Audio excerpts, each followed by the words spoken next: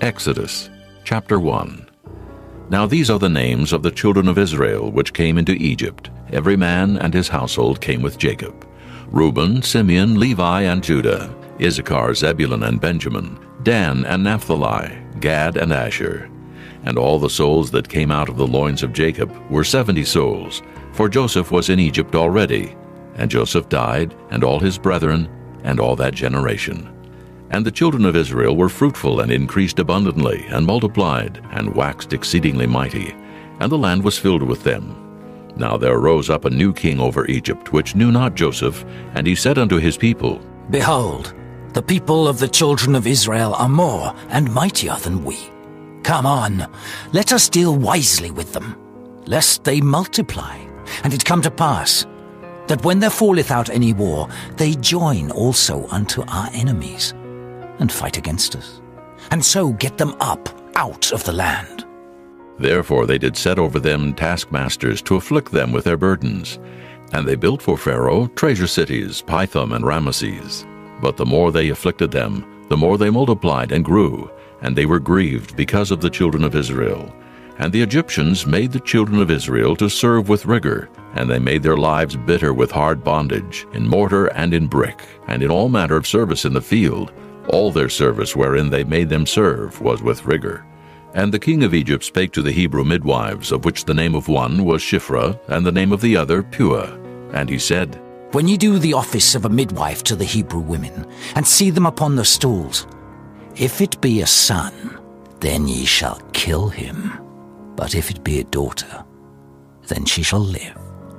But the midwives feared God, and did not as the king of Egypt commanded them, but saved the men children alive. And the king of Egypt called for the midwives, and said unto them, Why have ye done this thing, and have saved the men children alive? And the midwives said unto Pharaoh, Because the Hebrew women are not as the Egyptian women, for they are lively, and are delivered ere the midwives come in unto them. Therefore God dealt well with the midwives, and the people multiplied and waxed very mighty. And it came to pass, because the midwives feared God, that he made them houses. And Pharaoh charged all his people, saying, Every son that is born ye shall cast into the river, and every daughter ye shall save alive. Chapter 2. And there went a man of the house of Levi, and took to wife a daughter of Levi. And the woman conceived, and bare a son. And when she saw him that he was a goodly child, she hid him 3 months. And when she could no longer hide him, she took for him an ark of bulrushes, and daubed it with slime and with pitch, and put the child therein. And she laid it in the flags by the river's brink. And his sister stood afar off to wit what would be done to him. And the daughter of Pharaoh came down to wash herself at the river, and her maidens walked along by the river's side. And when she saw the ark among the flags, she sent her maid to fetch it. And when she had opened it, she saw the child, and behold, the babe wept. And she had compassion on him, and said, This is one of the Hebrews' children. Then said his sister to Pharaoh's daughter, Shall I go and call to thee a nurse of the Hebrew women, that she may nurse the child for thee? And Pharaoh's daughter said to her, Go. And the maid went and called the child's mother. And Pharaoh's daughter said unto her, Take this child away, and nurse it for me, and I will give thee thy wages. And the woman took the child and nursed it. And the child grew, and she brought him unto Pharaoh's daughter, and he became her son. And she called his name Moses, and she said, Because I drew him out of the water. And it came to pass in those days, when Moses was grown, that he went out unto his brethren, and looked on their burdens. And he spied an Egyptian smiting an Hebrew, one of his brethren. And he looked this way and that way, and when he saw that there was no man, he slew the Egyptian, and hid him in the sand. And when he went out the second day, behold, 2 men of the Hebrews strove together. And he said to him that did the wrong, Wherefore smitest thou thy fellow? And he said, Who made thee a prince and a judge over us? Intendest thou to kill me as thou killedst the Egyptian? And Moses feared, and said, Surely this thing is known. Now when Pharaoh heard this thing, he sought to slay Moses. But Moses fled from the face of Pharaoh, and dwelt in the land of Midian. And he sat down by a well. Now the priest of Midian had 7 daughters, and they came and drew water, and filled the troughs to water their father's flock. And the shepherds came and drove them away. But Moses stood up and helped them, and watered their flock. And when they came to Reuel their father, he said, How is it that ye are come so soon today? And they said, An Egyptian delivered us out of the hand of the shepherds, and also drew water enough for us, and watered the flock. And he said unto his daughters, And where is he? Why is it that ye have left the man? Call him that he may eat bread. And Moses was content to dwell with the man. And he gave Moses Zipporah his daughter, and she bare him a son, and he called his name Gershom, for he said, I have been a stranger in a strange land. And it came to pass in process of time that the king of Egypt died, and the children of Israel sighed by reason of the bondage. And they cried, and their cry came up unto God by reason of the bondage. And God heard their groaning. And God remembered his covenant with Abraham, with Isaac, and with Jacob. And God looked upon the children of Israel, and God had respect unto them. Chapter 3. Now Moses kept the flock of Jethro his father-in-law, the priest of Midian. And he led the flock to the backside of the desert, and came to the mountain of God, even to Horeb. And the angel of the Lord appeared unto him in a flame of fire out of the midst of a bush. And he looked, and behold, the bush burned with fire, and the bush was not consumed. And Moses said, I will now turn aside and see this great sight, why the bush is not burnt. And when the Lord saw that he turned aside to see, God called unto him out of the midst of the bush, and said, Moses, Moses. And he said, Here am I. And he said, Draw not nigh hither. Put off thy shoes from off thy feet, for the place whereon thou standest is holy ground. Moreover he said, I am the God of thy father, the God of Abraham, the God of Isaac, and the God of Jacob. And Moses hid his face, for he was afraid to look upon God. And the Lord said, I have surely seen the affliction of my people which are in Egypt, and have heard their cry by reason of their taskmasters. For I know their sorrows, and I am come down to deliver them out of the hand of the Egyptians, and to bring them up out of that land, unto a good land and a large, unto a land flowing with milk and honey, unto the place of the Canaanites, and the Hittites, and the Amorites, and the Perizzites, and the Hivites, and the Jebusites. Now therefore, behold, the cry of the children of Israel is come unto me, and I have also seen the oppression wherewith the Egyptians oppress them. Come now therefore, and I will send thee unto Pharaoh, that thou mayest bring forth my people, the children of Israel, out of Egypt. And Moses said unto God, Who am I, that I should go unto Pharaoh, and that I should bring forth the children of Israel out of Egypt? And he said, Certainly I will be with thee, and this shall be a token unto thee that I have sent thee. When thou hast brought forth the people out of Egypt, ye shall serve God upon this mountain. And Moses said unto God, Behold, when I come unto the children of Israel, and shall say unto them, The God of your fathers hath sent me unto you, and they shall say to me, What is his name? What shall I say unto them? And God said unto Moses, I am that I am. And he said, Thus shalt thou say unto the children of Israel, I am hath sent me unto you. And God said moreover unto Moses, Thus shalt thou say unto the children of Israel, The Lord God of your fathers, the God of Abraham, the God of Isaac, and the God of Jacob hath sent me unto you. This is my name forever, and this is my memorial unto all generations.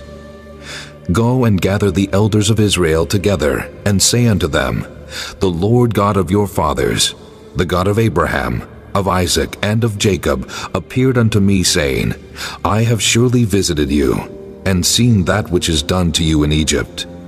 And I have said, I will bring you up out of the affliction of Egypt, unto the land of the Canaanites, and the Hittites, and the Amorites, and the Perizzites, and the Hivites, and the Jebusites, unto a land flowing with milk and honey. And they shall hearken to thy voice, and thou shalt come, thou and the elders of Israel, unto the king of Egypt, and ye shall say unto him, The Lord God of the Hebrews hath met with us, and now let us go. We beseech thee, 3 days' journey into the wilderness, that we may sacrifice to the Lord our God. And I am sure that the king of Egypt will not let you go, no, not by a mighty hand. And I will stretch out my hand and smite Egypt with all my wonders which I will do in the midst thereof. And after that he will let you go. And I will give this people favor in the sight of the Egyptians. And it shall come to pass, that when ye go, ye shall not go empty. But every woman shall borrow of her neighbor, and of her that sojourneth in her house, jewels of silver, and jewels of gold, and raiment. And ye shall put them upon your sons and upon your daughters, and ye shall spoil the Egyptians. Chapter 4. And Moses answered and said, But behold, they will not believe me, nor hearken unto my voice. For they will say, The Lord hath not appeared unto thee. And the Lord said unto him, What is that in thine hand? And he said, A rod. And he said, Cast it on the ground. And he cast it on the ground, and it became a serpent, and Moses fled from before it. And the Lord said unto Moses, Put forth thine hand, and take it by the tail. And he put forth his hand, and caught it, and it became a rod in his hand. That they may believe that the Lord God of their fathers, the God of Abraham, the God of Isaac, and the God of Jacob, hath appeared unto thee. And the Lord said furthermore unto him, Put now thine hand into thy bosom. And he put his hand into his bosom, and when he took it out, behold, his hand was leprous as snow. And he said, Put thine hand into thy bosom again. And he put his hand into his bosom again, and plucked it out of his bosom, and behold, it was turned again as his other flesh. And it shall come to pass, if they will not believe thee, neither hearken to the voice of the first sign, that they will believe the voice of the latter sign. And it shall come to pass, if they will not believe also these two signs, neither hearken unto thy voice, that thou shalt take of the water of the river, and pour it upon the dry land. And the water which thou takest out of the river shall become blood upon the dry land. And Moses said unto the Lord, O my Lord, I am not eloquent, neither heretofore nor since thou hast spoken unto thy servant, but I am slow of speech, and of a slow tongue. And the Lord said unto him, Who hath made man's mouth? Or who maketh the dumb or deaf, or the seen or the blind? Have not I the Lord? Now therefore go, and I will be with thy mouth, and teach thee what thou shalt say. And he said, O my Lord, send, I pray thee, by the hand of him whom thou wilt send. And the anger of the Lord was kindled against Moses, and he said, Is not Aaron the Levite thy brother? I know that he can speak well. And also, behold, he cometh forth to meet thee, and when he seeth thee, he will be glad in his heart. And thou shalt speak unto him, and put words in his mouth. And I will be with thy mouth, and with his mouth, and will teach you what ye shall do. And he shall be thy spokesman unto the people. And he shall be, even he shall be to thee instead of a mouth, and thou shalt be to him instead of God. And thou shalt take this rod in thine hand, wherewith thou shalt do signs. And Moses went and returned to Jethro his father-in-law, and said unto him, Let me go, I pray thee, and return unto my brethren which are in Egypt, and see whether they be yet alive. And Jethro said to Moses, Go in peace. And the Lord said unto Moses in Midian, Go, return into Egypt, for all the men are dead which sought thy life. And Moses took his wife and his sons, and set them upon an ass, and he returned to the land of Egypt. And Moses took the rod of God in his hand. And the Lord said unto Moses, When thou goest to return into Egypt, see that thou do all those wonders before Pharaoh, which I have put in thine hand. But I will harden his heart, that he shall not let the people go.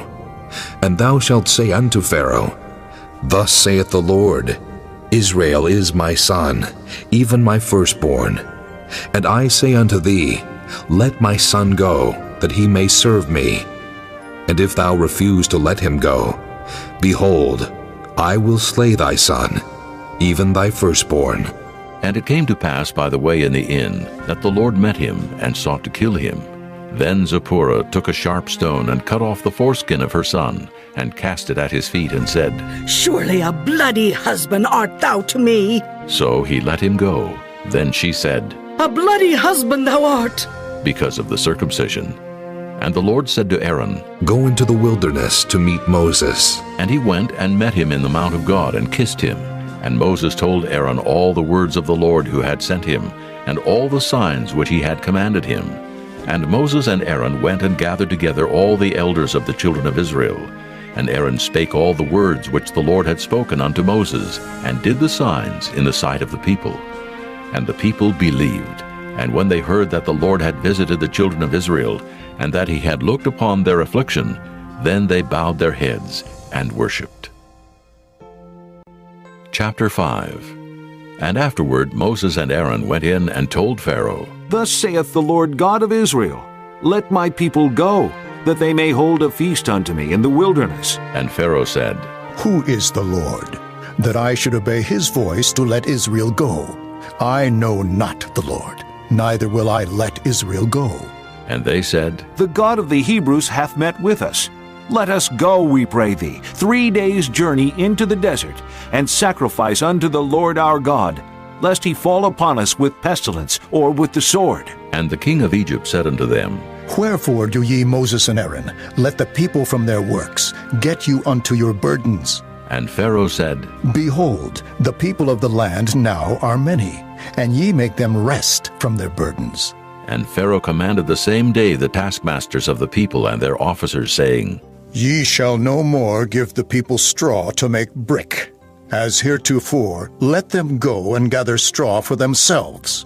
And the tale of the bricks, which they did make heretofore, ye shall lay upon them. Ye shall not diminish aught thereof, for they be idle.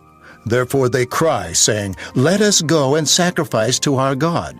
Let their more work be laid upon the men, that they may labor therein, and let them not regard vain words. And the taskmasters of the people went out, and their officers, and they spake to the people, saying, Thus saith Pharaoh, I will not give you straw. Go ye, get you straw where ye can find it, yet not aught of your work shall be diminished. So the people were scattered abroad throughout all the land of Egypt to gather stubble instead of straw. And the taskmasters hasted them, saying, Fulfill your works, your daily tasks, as when there was straw. And the officers of the children of Israel, which Pharaoh's taskmasters had set over them, were beaten and demanded, Wherefore have ye not fulfilled your task in making brick both yesterday and today, as heretofore? Then the officers of the children of Israel came and cried unto Pharaoh, saying, Wherefore dealest thou thus with thy servants? There is no straw given unto thy servants, and they say to us, Make brick. And behold, thy servants are beaten, but the fault is in thine own people. But he said, Ye are idle. Ye are idle. Therefore ye say, Let us go and do sacrifice to the Lord. Go therefore now, and work. For there shall no straw be given you, yet shall ye deliver the tale of bricks. And the officers of the children of Israel did see that they were in evil case after it was said, Ye shall not diminish aught from your bricks of your daily task. And they met Moses and Aaron, who stood in the way as they came forth from Pharaoh. And they said unto them, The Lord look upon you and judge, because ye have made our Saviour to be abhorred in the eyes of Pharaoh, and in the eyes of his servants to put a sword in their hand to slay us. And Moses returned unto the Lord and said, Lord, wherefore hast thou so evil entreated this people? Why is it that thou hast sent me? For since I came to Pharaoh to speak in thy name, he hath done evil to this people. Neither hast thou delivered thy people at all. Chapter 6. Then the Lord said unto Moses, Now shalt thou see what I will do to Pharaoh. For with a strong hand shall he let them go, and with a strong hand shall he drive them out of his land. And God spake unto Moses and said unto him, I am the Lord, and I appeared unto Abraham, unto Isaac, and unto Jacob by the name of God Almighty. But by my name Jehovah was I not known to them. And I have also established my covenant with them, to give them the land of Canaan, the land of their pilgrimage, wherein they were strangers. And I have also heard the groaning of the children of Israel, whom the Egyptians keep in bondage, and I have remembered my covenant.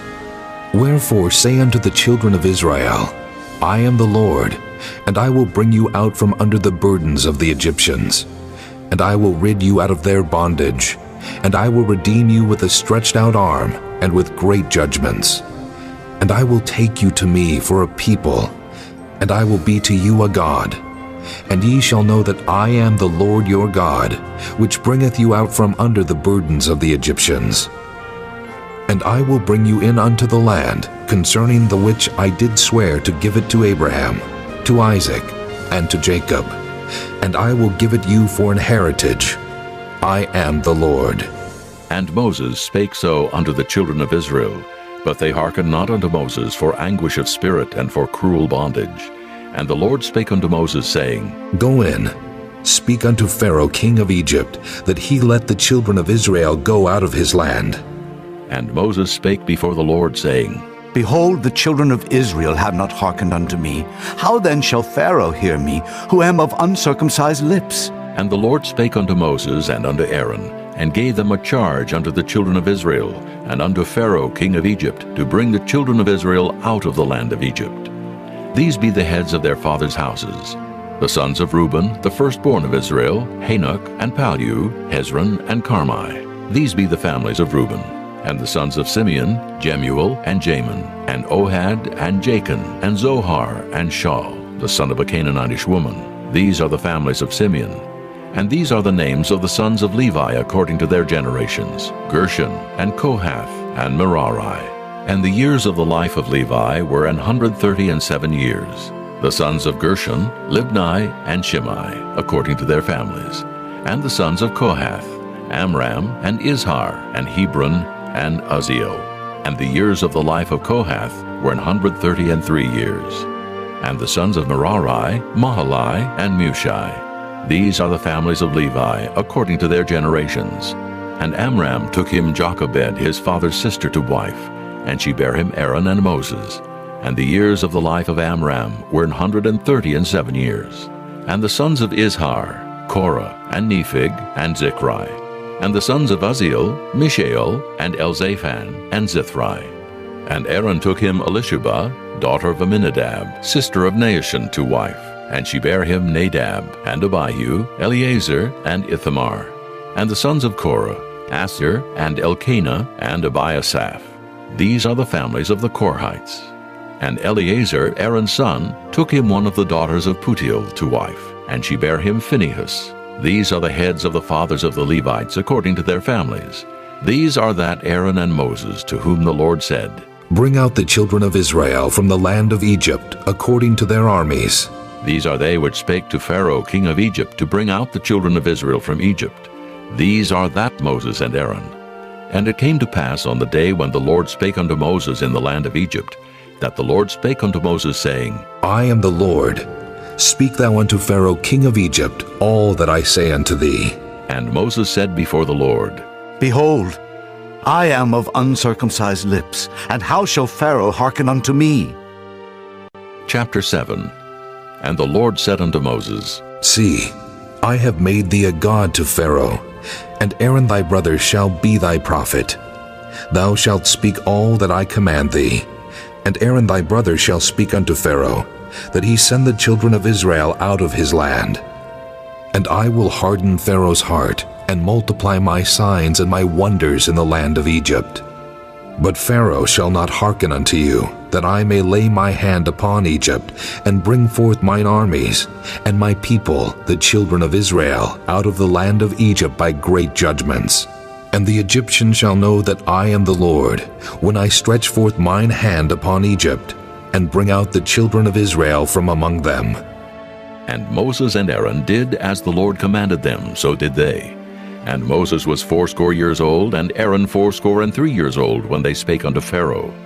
And the Lord spake unto Moses and unto Aaron, saying, When Pharaoh shall speak unto you, saying, Show a miracle for you, then thou shalt say unto Aaron, Take thy rod, and cast it before Pharaoh, and it shall become a serpent. And Moses and Aaron went in unto Pharaoh, and they did so as the Lord had commanded. And Aaron cast down his rod before Pharaoh, and before his servants, and it became a serpent. Then Pharaoh also called the wise men and the sorcerers. Now the magicians of Egypt, they also did in like manner with their enchantments. For they cast down every man his rod, and they became serpents. But Aaron's rod swallowed up their rods. And he hardened Pharaoh's heart, that he hearkened not unto them, as the Lord had said. And the Lord said unto Moses, Pharaoh's heart is hardened, he refuseth to let the people go. Get thee unto Pharaoh in the morning. Lo, he goeth out unto the water. And thou shalt stand by the river's brink against Hekam. And the rod which was turned to a serpent shalt thou take in thine hand. And thou shalt say unto him, The Lord God of the Hebrews hath sent me unto thee, saying, Let my people go, that they may serve me in the wilderness. And behold, hitherto thou wouldest not hear. Thus saith the Lord, In this thou shalt know that I am the Lord. Behold, I will smite with the rod that is in mine hand upon the waters which are in the river, and they shall be turned to blood. And the fish that is in the river shall die, and the river shall stink, and the Egyptians shall loathe to drink of the water of the river. And the Lord spake unto Moses, Say unto Aaron, Take thy rod, and stretch out thine hand upon the waters of Egypt, upon their streams, upon their rivers, and upon their ponds, and upon all their pools of water, that they may become blood, and that there may be blood throughout all the land of Egypt, both in vessels of wood and in vessels of stone. And Moses and Aaron did so as the Lord commanded. And he lifted up the rod, and smote the waters that were in the river in the sight of Pharaoh, and in the sight of his servants. And all the waters that were in the river were turned to blood, and the fish that was in the river died. And the river stank, and the Egyptians could not drink of the water of the river, and there was blood throughout all the land of Egypt. And the magicians of Egypt did so with their enchantments, and Pharaoh's heart was hardened, neither did he hearken unto them as the Lord had said. And Pharaoh turned and went into his house, neither did he set his heart to this also. And all the Egyptians digged round about the river for water to drink, for they could not drink of the water of the river. And 7 days were fulfilled after that the Lord had smitten the river. Chapter 8. And the Lord spake unto Moses, Go unto Pharaoh, and say unto him, Thus saith the Lord, Let my people go, that they may serve me. And if thou refuse to let them go, behold, I will smite all thy borders with frogs, and the river shall bring forth frogs abundantly, which shall go up and come into thine house, and into thy bedchamber, and upon thy bed, and into the house of thy servants, and upon thy people, and into thine ovens, and into thy kneading troughs. And the frogs shall come up both on thee, and upon thy people, and upon all thy servants. And the Lord spake unto Moses, Say unto Aaron, Stretch forth thine hand with thy rod over the streams, over the rivers, and over the ponds, and cause frogs to come up upon the land of Egypt. And Aaron stretched out his hand over the waters of Egypt, and the frogs came up and covered the land of Egypt. And the magicians did so with their enchantments, and brought up frogs upon the land of Egypt. Then Pharaoh called for Moses and Aaron and said, Entreat the Lord, that he may take away the frogs from me and from my people. And I will let the people go, that they may do sacrifice unto the Lord. And Moses said unto Pharaoh, Glory over me. When shall I entreat for thee, and for thy servants, and for thy people, to destroy the frogs from thee and thy houses, that they may remain in the river only? And he said, Tomorrow. And he said, Be it according to thy word, that thou mayest know that there is none like unto the Lord our God. And the frogs shall depart from thee, and from thy houses, and from thy servants, and from thy people. They shall remain in the river only. And Moses and Aaron went out from Pharaoh, and Moses cried unto the Lord because of the frogs which he had brought against Pharaoh. And the Lord did according to the word of Moses, and the frogs died out of the houses, out of the villages, and out of the fields. And they gathered them together upon heaps, and the land stank. But when Pharaoh saw that there was respite, he hardened his heart, and hearkened not unto them as the Lord had said.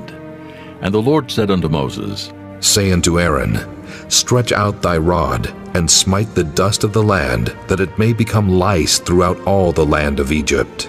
And they did so. For Aaron stretched out his hand with his rod, and smote the dust of the earth, and it became lice in man and in beast. All the dust of the land became lice throughout all the land of Egypt. And the magicians did so with their enchantments to bring forth lice, but they could not. So there were lice upon man and upon beast. Then the magicians said unto Pharaoh, This is the finger of God. And Pharaoh's heart was hardened, and he hearkened not unto them as the Lord had said. And the Lord said unto Moses, Rise up early in the morning, and stand before Pharaoh. Lo, he cometh forth to the water, and say unto him, Thus saith the Lord, Let my people go, that they may serve me. Else, if thou wilt not let my people go, behold, I will send swarms of flies upon thee, and upon thy servants, and upon thy people, and into thy houses, and the houses of the Egyptians shall be full of swarms of flies, and also the ground whereon they are. And I will sever in that day the land of Goshen, in which my people dwell, that no swarms of flies shall be there, to the end thou mayest know that I am the Lord in the midst of the earth. And I will put a division between my people and thy people. Tomorrow shall this sign be. And the Lord did so, and there came a grievous swarm of flies into the house of Pharaoh, and into his servants' houses, and into all the land of Egypt. The land was corrupted by reason of the swarm of flies. And Pharaoh called for Moses and for Aaron, and said, Go ye, sacrifice to your God in the land. And Moses said, It is not meet so to do, for we shall sacrifice the abomination of the Egyptians to the Lord our God. Lo, shall we sacrifice the abomination of the Egyptians before their eyes? And will they not stone us?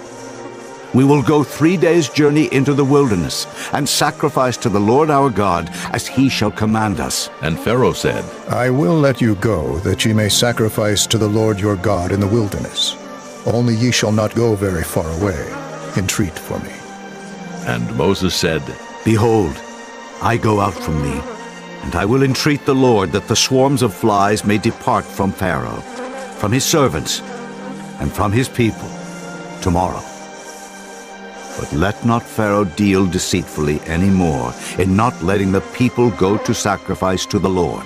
And Moses went out from Pharaoh and entreated the Lord.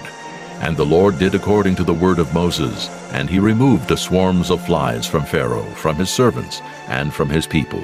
There remained not one. And Pharaoh hardened his heart at this time also, neither would he let the people go. Chapter 9. Then the Lord said unto Moses, Go in unto Pharaoh, and tell him, Thus saith the Lord God of the Hebrews, Let my people go, that they may serve me. For if thou refuse to let them go, and wilt hold them still, behold, the hand of the Lord is upon thy cattle, which is in the field, upon the horses, upon the asses, upon the camels, upon the oxen, and upon the sheep. There shall be a very grievous murrain. And the Lord shall sever between the cattle of Israel and the cattle of Egypt, and there shall nothing die of all that is the children's of Israel. And the Lord appointed a set time, saying, Tomorrow the Lord shall do this thing in the land. And the Lord did that thing on the morrow, and all the cattle of Egypt died, but of the cattle of the children of Israel died not one. And Pharaoh sent, and behold, there was not one of the cattle of the Israelites dead. And the heart of Pharaoh was hardened, and he did not let the people go. And the Lord said unto Moses and unto Aaron, Take to you handfuls of ashes of the furnace, and let Moses sprinkle it toward the heaven in the sight of Pharaoh. And it shall become small dust in all the land of Egypt, and shall be a boil breaking forth with blains upon man, and upon beast throughout all the land of Egypt. And they took ashes of the furnace, and stood before Pharaoh, and Moses sprinkled it up toward heaven, and it became a boil breaking forth with blains upon man and upon beast. And the magicians could not stand before Moses because of the boils, for the boil was upon the magicians and upon all the Egyptians. And the Lord hardened the heart of Pharaoh, and he hearkened not unto them, as the Lord had spoken unto Moses. And the Lord said unto Moses, Rise up early in the morning, and stand before Pharaoh, and say unto him, Thus saith the Lord God of the Hebrews, Let my people go, that they may serve me. For I will at this time send all my plagues upon thine heart, and upon thy servants, and upon thy people, that thou mayest know that there is none like me in all the earth. For now I will stretch out my hand, that I may smite thee and thy people with pestilence, and thou shalt be cut off from the earth. And in very deed for this cause have I raised thee up, for to show in thee my power, and that my name may be declared throughout all the earth. As yet exaltest thou thyself against my people, that thou wilt not let them go? Behold, tomorrow about this time I will cause it to rain a very grievous hail, such as hath not been in Egypt since the foundation thereof even until now. Send therefore now, and gather thy cattle, and all that thou hast in the field, for upon every man and beast which shall be found in the field, and shall not be brought home, the hail shall come down upon them, and they shall die. He that feared the word of the Lord among the servants of Pharaoh made his servants and his cattle flee into the houses, and he that regarded not the word of the Lord left his servants and his cattle in the field. And the Lord said unto Moses, Stretch forth thine hand toward heaven, that there may be hail in all the land of Egypt, upon man, and upon beast, and upon every herb of the field throughout the land of Egypt. And Moses stretched forth his rod toward heaven, and the Lord sent thunder and hail, and the fire ran along upon the ground, and the Lord rained hail upon the land of Egypt. So there was hail and fire mingled with the hail, very grievous, such as there was none like it in all the land of Egypt since it became a nation. And the hail smote throughout all the land of Egypt, all that was in the field, both man and beast. And the hail smote every herb of the field, and brake every tree of the field. Only in the land of Goshen, where the children of Israel were, was there no hail. And Pharaoh sent and called for Moses and Aaron, and said unto them, I have sinned this time. The Lord is righteous, and I and my people are wicked. Entreat the Lord, for it is enough, that there be no more mighty thunderings and hail, and I will let you go, and ye shall stay no longer. And Moses said unto him, As soon as I am gone out of the city, I will spread abroad my hands unto the Lord, and the thunder shall cease, neither shall there be any more hail, that thou mayest know how that the earth is the Lord's. But as for thee and thy servants, I know that ye will not yet fear the Lord God. And the flax and the barley was smitten, for the barley was in the ear, and the flax was bold. But the wheat and the rye were not smitten, for they were not grown up. And Moses went out of the city from Pharaoh, and spread abroad his hands unto the Lord. And the thunders and hail ceased, and the rain was not poured upon the earth. And when Pharaoh saw that the rain and the hail and the thunders were ceased, he sinned yet more, and hardened his heart, he and his servants. And the heart of Pharaoh was hardened, neither would he let the children of Israel go, as the Lord had spoken by Moses. Chapter 10. And the Lord said unto Moses, Go in unto Pharaoh, for I have hardened his heart and the heart of his servants, that I might show these my signs before him, and that thou mayest tell in the ears of thy son, and of thy son's son, what things I have wrought in Egypt, and my signs which I have done among them, that ye may know how that I am the Lord. And Moses and Aaron came in unto Pharaoh, and said unto him, Thus saith the Lord God of the Hebrews, How long wilt thou refuse to humble thyself before me? Let my people go, that they may serve me. Else, if thou refuse to let my people go, behold, tomorrow will I bring the locusts into thy coast, and they shall cover the face of the earth, that one cannot be able to see the earth. And they shall eat the residue of that which is escaped, which remaineth unto you from the hail, and shall eat every tree which groweth for you out of the field. And they shall fill thy houses, and the houses of all thy servants, and the houses of all the Egyptians, which neither thy fathers nor thy fathers' fathers have seen, since the day that they were upon the earth unto this day. And he turned himself, and went out from Pharaoh. And Pharaoh's servants said unto him, How long shall this man be a snare unto us? Let the men go, that they may serve the Lord their God.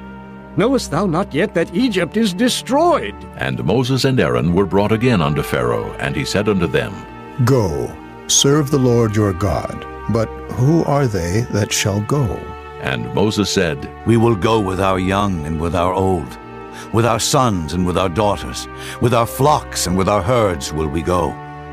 For we must hold a feast unto the Lord. And he said unto them, Let the Lord be so with you, as I will let you go, and your little ones. Look to it, for evil is before you. Not so. Go now, ye that are men, and serve the Lord, for that ye did desire. And they were driven out from Pharaoh's presence. And the Lord said unto Moses, Stretch out thine hand over the land of Egypt for the locusts, that they may come up upon the land of Egypt, and eat every herb of the land, even all that the hail hath left.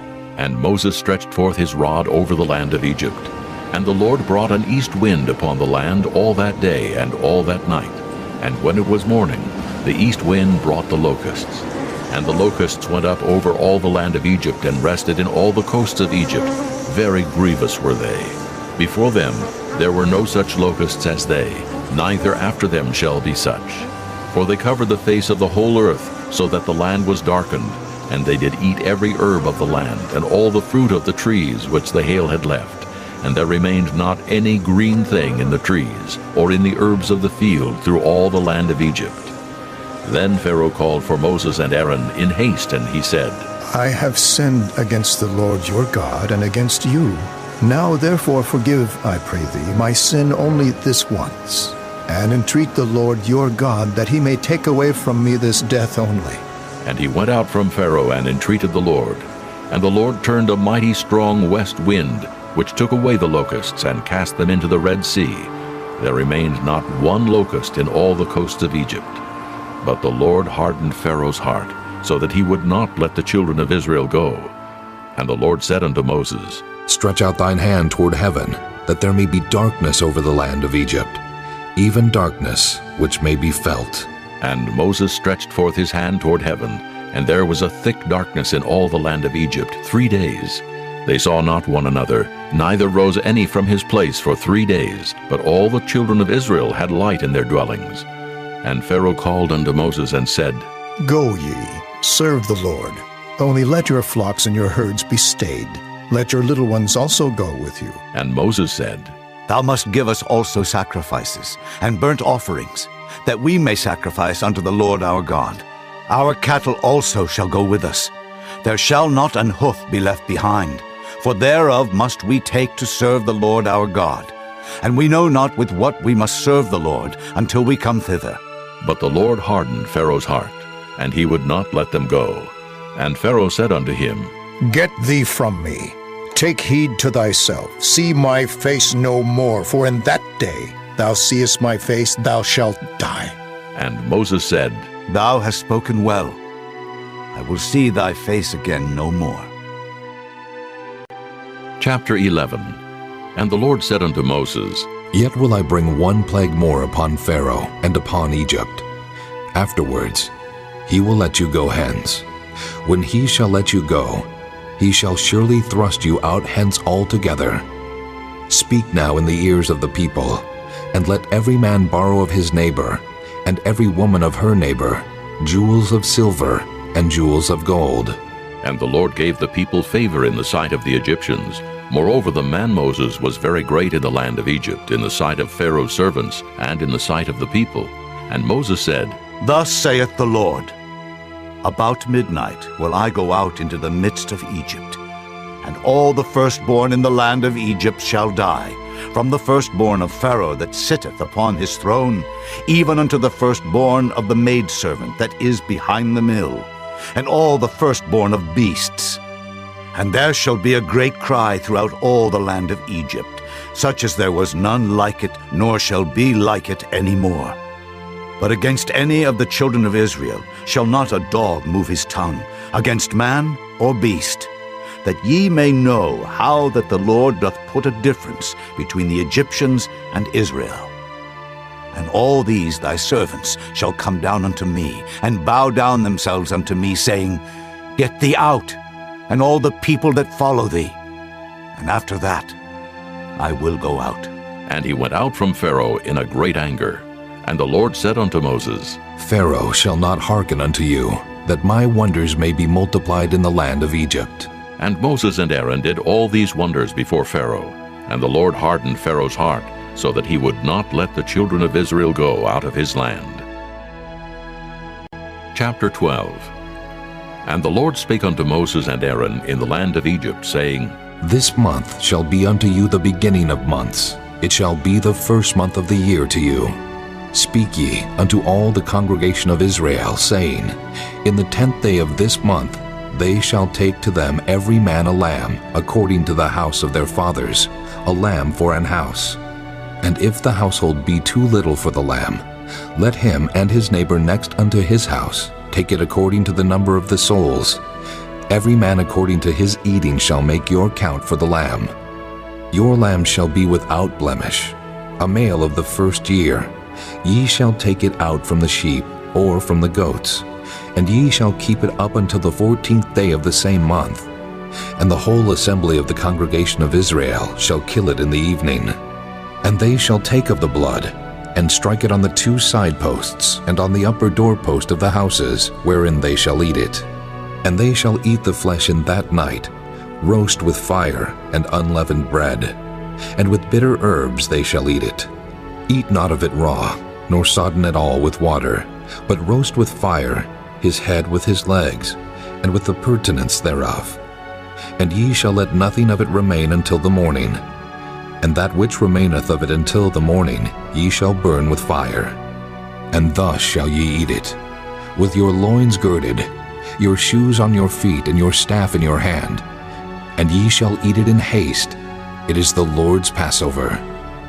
For I will pass through the land of Egypt this night, and will smite all the firstborn in the land of Egypt, both man and beast, and against all the gods of Egypt I will execute judgment. I am the Lord. And the blood shall be to you for a token upon the houses where ye are. And when I see the blood, I will pass over you, and the plague shall not be upon you to destroy you when I smite the land of Egypt. And this day shall be unto you for a memorial, and ye shall keep it a feast to the Lord throughout your generations. Ye shall keep it a feast by an ordinance forever. 7 days shall ye eat unleavened bread. Even the first day ye shall put away leaven out of your houses.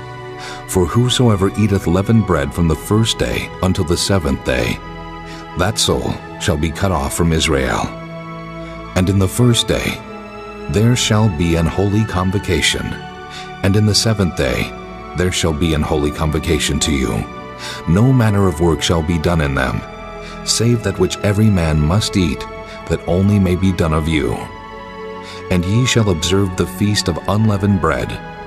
For in this selfsame day have I brought your armies out of the land of Egypt. Therefore shall ye observe this day in your generations by an ordinance forever.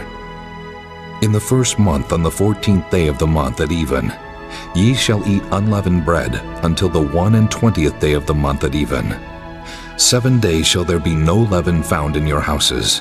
For whosoever eateth that which is leavened, even that soul shall be cut off from the congregation of Israel, whether he be a stranger or born in the land. Ye shall eat nothing leavened. In all your habitations shall ye eat unleavened bread. Then Moses called for all the elders of Israel, and said unto them, Draw out and take you a lamb according to your families, and kill the Passover. And ye shall take a bunch of hyssop, and dip it in the blood that is in the basin, and strike the lintel and the 2 side posts with the blood that is in the basin. And none of you shall go out at the door of his house until the morning, for the Lord will pass through to smite the Egyptians. And when he seeth the blood upon the lintel and on the 2 side posts, the Lord will pass over the door, and will not suffer the destroyer to come in unto your houses to smite you. And ye shall observe this thing for an ordinance to thee and to thy sons forever. And it shall come to pass, when ye be come to the land which the Lord will give you, according as he hath promised, that ye shall keep this service. And it shall come to pass, when your children shall say unto you, What mean ye by this service? That ye shall say, It is the sacrifice of the Lord's Passover, who passed over the houses of the children of Israel in Egypt, when he smote the Egyptians, and delivered our houses. And the people bowed the head and worshipped. And the children of Israel went away, and did as the Lord had commanded Moses and Aaron, so did they. And it came to pass that at midnight the Lord smote all the firstborn in the land of Egypt, from the firstborn of Pharaoh that sat on his throne, unto the firstborn of the captive that was in the dungeon, and all the firstborn of cattle. And Pharaoh rose up in the night, he and all his servants, and all the Egyptians, and there was a great cry in Egypt, for there was not a house where there was not one dead. And he called for Moses and Aaron by night and said, Rise up and get you forth from among my people, both ye and the children of Israel, and go, serve the Lord as ye have said.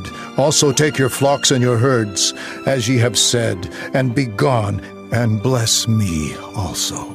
And the Egyptians were urgent upon the people that they might send them out of the land in haste, for they said, We be all dead men. And the people took their dough before it was leavened, their kneading troughs being bound up in their clothes upon their shoulders. And the children of Israel did according to the word of Moses, and they borrowed of the Egyptians jewels of silver and jewels of gold and raiment. And the Lord gave the people favor in the sight of the Egyptians, so that they lent unto them such things as they required, and they spoiled the Egyptians. And the children of Israel journeyed from Ramesses to Succoth, about 600,000 on foot that were men, beside children. And a mixed multitude went up also with them, and flocks and herds, even very much cattle. And they baked unleavened cakes of the dough which they brought forth out of Egypt, for it was not leavened, because they were thrust out of Egypt, and could not tarry, neither had they prepared for themselves any victual. Now the sojourning of the children of Israel who dwelt in Egypt was 430 years. And it came to pass at the end of the 430 years, even the selfsame day it came to pass, that all the hosts of the Lord went out from the land of Egypt. It is a night to be much observed unto the Lord for bringing them out of the land of Egypt. This is that night of the Lord to be observed of all the children of Israel in their generations. And the Lord said unto Moses and Aaron, This is the ordinance of the Passover. There shall no stranger eat thereof. But every man's servant that is bought for money, when thou hast circumcised him, then shall he eat thereof. A foreigner and an hired servant shall not eat thereof. In one house shall it be eaten. Thou shalt not carry forth aught of the flesh abroad out of the house, neither shall ye break a bone thereof. All the congregation of Israel shall keep it. And when a stranger shall sojourn with thee, and will keep the Passover to the Lord, let all his males be circumcised, and then let him come near and keep it. And he shall be as one that is born in the land, for no uncircumcised person shall eat thereof. One law shall be to him that is homeborn, and unto the stranger that sojourneth among you. Thus did all the children of Israel, as the Lord commanded Moses and Aaron, so did they. And it came to pass the selfsame day that the Lord did bring the children of Israel out of the land of Egypt by their armies. Chapter 13. And the Lord spake unto Moses, saying, Sanctify unto me all the firstborn. Whatsoever openeth the womb among the children of Israel, both of man and of beast, it is mine. And Moses said unto the people, Remember this day, in which ye came out from Egypt, out of the house of bondage. For by strength of hand the Lord brought you out from this place. There shall no leavened bread be eaten. This day came ye out in the month Abib.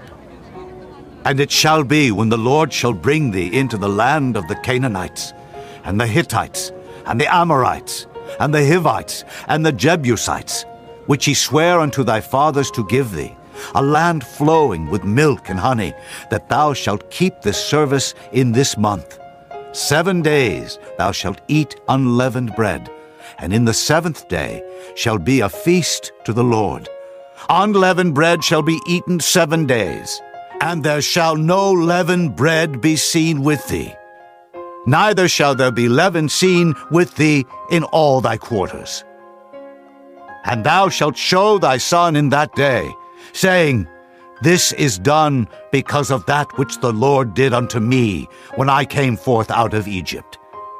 And it shall be for a sign unto thee upon thine hand, and for a memorial between thine eyes, that the Lord's law may be in thy mouth. For with a strong hand hath the Lord brought thee out of Egypt. Thou shalt therefore keep this ordinance in his season from year to year. And it shall be, when the Lord shall bring thee into the land of the Canaanites, as he sware unto thee and to thy fathers, and shall give it thee, that thou shalt set apart unto the Lord all that openeth the matrix, and every firstling that cometh of a beast which thou hast, the males shall be the Lord's. And every firstling of an ass thou shalt redeem with a lamb. And if thou wilt not redeem it, then thou shalt break his neck. And all the firstborn of man among thy children shalt thou redeem. And it shall be when thy son asketh thee in time to come, saying, What is this? That thou shalt say unto him, By strength of hand the Lord brought us out from Egypt, from the house of bondage. And it came to pass, when Pharaoh would hardly let us go, that the Lord slew all the firstborn in the land of Egypt, both the firstborn of man and the firstborn of beast. Therefore I sacrifice to the Lord all that openeth the matrix, being males, but all the firstborn of my children I redeem. And it shall be for a token upon thine hand, and for frontlets between thine eyes, for by strength of hand the Lord brought us forth out of Egypt. And it came to pass, when Pharaoh had let the people go, that God led them not through the way of the land of the Philistines, although that was near. For God said, Lest peradventure the people repent when they see war, and they return to Egypt. But God led the people about through the way of the wilderness of the Red Sea. And the children of Israel went up harnessed out of the land of Egypt. And Moses took the bones of Joseph with him, for he had straitly sworn the children of Israel, saying, God will surely visit you, and ye shall carry up my bones away hence with you. And they took their journey from Succoth, and encamped in Etham in the edge of the wilderness. And the Lord went before them by day in a pillar of cloud to lead them the way, and by night in a pillar of fire to give them light, to go by day and night. He took not away the pillar of the cloud by day, nor the pillar of fire by night from before the people. Chapter 14. And the Lord spake unto Moses, saying, Speak unto the children of Israel, that they turn and encamp before Pi-hahiroth, between Migdol and the sea, over against Baal-zephon. Before it shall ye encamp by the sea. For Pharaoh will say of the children of Israel, They are entangled in the land. The wilderness hath shut them in. And I will harden Pharaoh's heart, that he shall follow after them. And I will be honored upon Pharaoh, and upon all his host, that the Egyptians may know that I am the Lord. And they did so. And it was told the king of Egypt that the people fled, and the heart of Pharaoh and of his servants was turned against the people, and they said, Why have we done this, that we have let Israel go from serving us? And he made ready his chariot, and took his people with him. And he took 600 chosen chariots, and all the chariots of Egypt, and captains over every one of them. And the Lord hardened the heart of Pharaoh, king of Egypt, and he pursued after the children of Israel. And the children of Israel went out with an high hand. But the Egyptians pursued after them, all the horses and chariots of Pharaoh, and his horsemen, and his army, and overtook them encamping by the sea beside Pi-hahiroth, before Baal-zephon. And when Pharaoh drew nigh, the children of Israel lifted up their eyes, and behold, the Egyptians marched after them, and they were sore afraid. And the children of Israel cried out unto the Lord, and they said unto Moses, Because there were no graves, in Egypt hast thou taken us away to die in the wilderness? Wherefore hast thou dealt thus with us, to carry us forth out of Egypt? Is not this the word that we did tell thee in Egypt, saying, Let us alone, that we may serve the Egyptians? For it had been better for us to serve the Egyptians than that we should die in the wilderness. And Moses said unto the people, Fear ye not. Stand still, and see the salvation of the Lord, which he will show to you today. For the Egyptians, whom ye have seen today, ye shall see them again no more forever. The Lord shall fight for you, and ye shall hold your peace. And the Lord said unto Moses, Wherefore criest thou unto me? Speak unto the children of Israel, that they go forward. But lift thou up thy rod, and stretch out thine hand over the sea, and divide it. And the children of Israel shall go on dry ground through the midst of the sea. And behold, I will harden the hearts of the Egyptians, and they shall follow them. And I will get me honor upon Pharaoh, and upon all his host, upon his chariots, and upon his horsemen. And the Egyptians shall know that I am the Lord, when I have gotten me honor upon Pharaoh, upon his chariots, and upon his horsemen. And the angel of God, which went before the camp of Israel, removed and went behind them. And the pillar of the cloud went from before their face, and stood behind them. And it came between the camp of the Egyptians and the camp of Israel, and it was a cloud and darkness to them, but it gave light by night to these, so that the one came not near the other all the night. And Moses stretched out his hand over the sea, and the Lord caused the sea to go back by a strong east wind all that night, and made the sea dry land, and the waters were divided. And the children of Israel went into the midst of the sea upon the dry ground, and the waters were a wall unto them on their right hand and on their left. And the Egyptians pursued, and went in after them to the midst of the sea, even all Pharaoh's horses, his chariots, and his horsemen.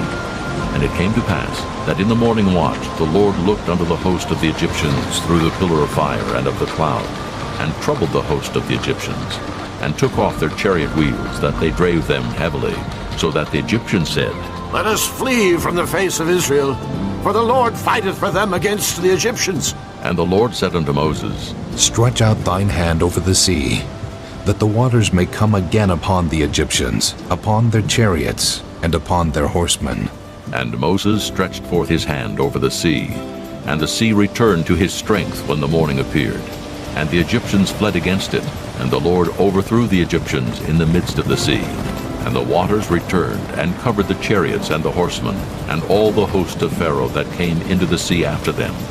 There remained not so much as one of them. But the children of Israel walked upon dry land in the midst of the sea, and the waters were a wall unto them on their right hand and on their left. Thus the Lord saved Israel that day out of the hand of the Egyptians. And Israel saw the Egyptians dead upon the seashore. And Israel saw that great work which the Lord did upon the Egyptians. And the people feared the Lord, and believed the Lord and his servant Moses.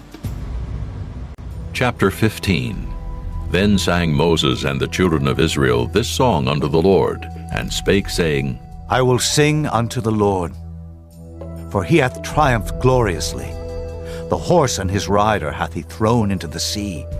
The Lord is my strength and song, and he is become my salvation. He is my God, and I will prepare him an habitation, my father's God, and I will exalt him. The Lord is a man of war. The Lord is his name. Pharaoh's chariots and his host hath he cast into the sea. His chosen captains also are drowned in the Red Sea. The depths have covered them. They sank into the bottom as a stone. Thy right hand, O Lord, is become glorious in power. Thy right hand, O Lord, hath dashed in pieces the enemy. And in the greatness of thine excellency, thou hast overthrown them that rose up against thee. Thou sentest forth thy wrath, which consumed them as stubble. And with the blast of thy nostrils the waters were gathered together. The flood stood upright as an heap, and the depths were congealed in the heart of the sea. The enemy said, I will pursue, I will overtake, I will divide the spoil. My lust shall be satisfied upon them. I will draw my sword, my hand shall destroy them. Thou didst blow with thy wind, the sea covered them. They sank as lead in the mighty waters. Who is like unto thee, O Lord, among the gods? Who is like thee, glorious in holiness, fearful in praises, doing wonders? Thou stretchedst out thy right hand, the earth swallowed them. Thou in thy mercy hast led forth the people which thou hast redeemed. Thou hast guided them in thy strength unto thy holy habitation. The people shall hear and be afraid. Sorrow shall take hold on the inhabitants of Palestina. Then the dukes of Edom shall be amazed. The mighty men of Moab, trembling, shall take hold upon them. All the inhabitants of Canaan shall melt away. Fear and dread shall fall upon them. By the greatness of thine arm they shall be as still as a stone, till thy people pass over, O Lord, till the people pass over which thou hast purchased. Thou shalt bring them in, and plant them in the mountain of thine inheritance, in the place, O Lord, which thou hast made for thee to dwell in the sanctuary, O Lord, which thy hands have established. The Lord shall reign forever and ever. For the horse of Pharaoh went in with his chariots and with his horsemen into the sea, And the Lord brought again the waters of the sea upon them. But the children of Israel went on dry land in the midst of the sea. And Miriam the prophetess, the sister of Aaron, took a timbrel in her hand, and all the women went out after her with timbrels and with dances. And Miriam answered them, Sing ye to the Lord, for he hath triumphed gloriously. The horse and his rider hath he thrown into the sea. So Moses brought Israel from the Red Sea, and they went out into the wilderness of Shur. And they went 3 days in the wilderness and found no water. And when they came to Marah, they could not drink of the waters of Marah, for they were bitter. Therefore the name of it was called Marah. And the people murmured against Moses, saying, What shall we drink? And he cried unto the Lord, and the Lord showed him a tree, which when he had cast into the waters were made sweet. There he made for them a statute and an ordinance, and there he proved them, and said, If thou wilt diligently hearken to the voice of the Lord thy God, and wilt do that which is right in his sight, and wilt give ear to his commandments, and keep all his statutes, I will put none of these diseases upon thee, which I have brought upon the Egyptians. For I am the Lord that healeth thee. And they came to Elim, where were 12 wells of water, and 70 palm trees, and they encamped there by the waters. Chapter 16. And they took their journey from Elim, and all the congregation of the children of Israel came unto the wilderness of Sin, which is between Elim and Sinai, on the 15th day of the 2nd month, after their departing out of the land of Egypt. And the whole congregation of the children of Israel murmured against Moses and Aaron in the wilderness. And the children of Israel said unto them, Would to God we had died by the hand of the Lord in the land of Egypt, when we sat by the flesh pots, and when we did eat bread to the full. For ye have brought us forth into this wilderness, to kill this whole assembly with hunger. Then said the Lord unto Moses, Behold, I will rain bread from heaven for you. And the people shall go out and gather a certain rate every day, that I may prove them whether they will walk in my law or no. And it shall come to pass, that on the 6th day they shall prepare that which they bring in, and it shall be twice as much as they gather daily. And Moses and Aaron said unto all the children of Israel, At even, then ye shall know that the Lord hath brought you out from the land of Egypt. And in the morning, then ye shall see the glory of the Lord, for that he heareth your murmurings against the Lord. And what are we, that ye murmur against us? And Moses said, This shall be, when the Lord shall give you in the evening flesh to eat, and in the morning bread to the full, for that the Lord heareth your murmurings, which ye murmur against him. And what are we? Your murmurings are not against us, but against the Lord. And Moses spake unto Aaron, Say unto all the congregation of the children of Israel, Come near before the Lord, for he hath heard your murmurings. And it came to pass, as Aaron spake unto the whole congregation of the children of Israel, that they looked toward the wilderness, and behold, the glory of the Lord appeared in the cloud. And the Lord spake unto Moses, saying, I have heard the murmurings of the children of Israel.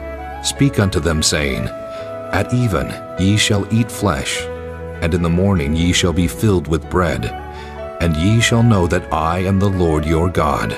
And it came to pass that at even the quails came up and covered the camp, and in the morning the dew lay round about the host. And when the dew that lay was gone up, behold, upon the face of the wilderness there lay a small round thing, as small as the hoarfrost on the ground. And when the children of Israel saw it, they said one to another, It is manna. For they wist not what it was. And Moses said unto them, This is the bread which the Lord hath given you to eat. This is the thing which the Lord hath commanded. Gather of it every man according to his eating, an omer for every man according to the number of your persons. Take ye every man for them which are in his tents. And the children of Israel did so, and gathered some more, some less. And when they did meet it with an omer, he that gathered much had nothing over, and he that gathered little had no lack. They gathered every man according to his eating. And Moses said, Let no man leave of it till the morning. Notwithstanding, they hearkened not unto Moses, but some of them left of it until the morning, and it bred worms, and stank. And Moses was wroth with them. And they gathered it every morning, every man according to his eating, and when the sun waxed hot, it melted. And it came to pass that on the 6th day they gathered twice as much bread, 2 omers for 1 man. And all the rulers of the congregation came and told Moses, and he said unto them, This is that which the Lord hath said. Tomorrow is the rest of the holy Sabbath unto the Lord. Bake that which ye will bake today, and seethe that ye will seethe, and that which remaineth over lay up for you to be kept until the morning. And they laid it up till the morning, as Moses bade. And it did not stink, neither was there any worm therein. And Moses said, Eat that today, for today is a Sabbath unto the Lord. Today ye shall not find it in the field. 6 days ye shall gather it, but on the 7th day, which is the Sabbath, in it there shall be none. And it came to pass that there went out some of the people on the 7th day for to gather, and they found none. And the Lord said unto Moses, How long refuse ye to keep my commandments and my laws? See, for that the Lord hath given you the Sabbath. Therefore he giveth you on the 6th day the bread of 2 days. Abide ye every man in his place. Let no man go out of his place on the 7th day. So the people rested on the 7th day. And the house of Israel called the name thereof manna, and it was like coriander seed, white, and the taste of it was like wafers made with honey. And Moses said, This is the thing which the Lord commandeth.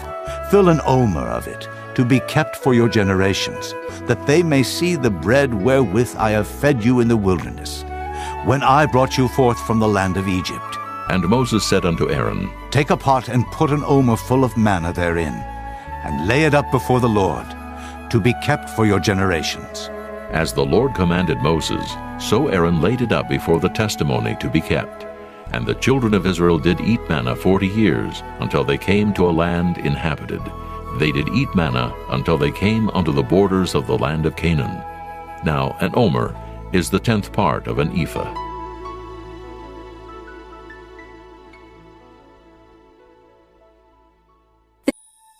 Chapter 17.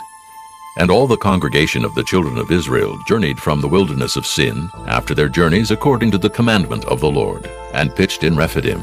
And there was no water for the people to drink. Wherefore the people did chide with Moses, and said, Give us water that we may drink. And Moses said unto them, Why chide ye with me? Wherefore do ye tempt the Lord? And the people thirsted there for water, and the people murmured against Moses, and said, Wherefore is this, that thou hast brought us up out of Egypt, to kill us and our children and our cattle with thirst? And Moses cried unto the Lord, saying, What shall I do unto this people? They be almost ready to stone me. And the Lord said unto Moses, Go on before the people, and take with thee of the elders of Israel, and thy rod wherewith thou smotest the river, take in thine hand, and go. Behold, I will stand before thee there upon the rock in Horeb, and thou shalt smite the rock, and there shall come water out of it, that the people may drink. And Moses did so in the sight of the elders of Israel. And he called the name of the place Massah and Meribah, because of the chiding of the children of Israel, and because they tempted the Lord, saying, Is the Lord among us, or not? Then came Amalek and fought with Israel in Rephidim. And Moses said unto Joshua, Choose us out men, and go out, fight with Amalek. Tomorrow I will stand on the top of the hill with the rod of God in mine hand. So Joshua did as Moses had said to him, and fought with Amalek. And Moses, Aaron, and Hur went up to the top of the hill. And it came to pass when Moses held up his hand, that Israel prevailed. And when he let down his hand, Amalek prevailed. But Moses' hands were heavy, and they took a stone and put it under him, and he sat thereon. And Aaron and Hur stayed up his hands, the one on the one side, and the other on the other side. And his hands were steady until the going down of the sun. And Joshua discomfited Amalek and his people with the edge of the sword. And the Lord said unto Moses, Write this for a memorial in a book, and rehearse it in the ears of Joshua. For I will utterly put out the remembrance of Amalek from under heaven. And Moses built an altar, and called the name of it Jehovah Nissi. For he said, Because the Lord hath sworn that the Lord will have war with Amalek from generation to generation. Chapter 18. When Jethro, the priest of Midian, Moses' father-in-law, heard of all that God had done for Moses and for Israel his people, and that the Lord had brought Israel out of Egypt, then Jethro, Moses' father-in-law, took Zipporah, Moses' wife, after he had sent her back, and her 2 sons, of which the name of the one was Gershom.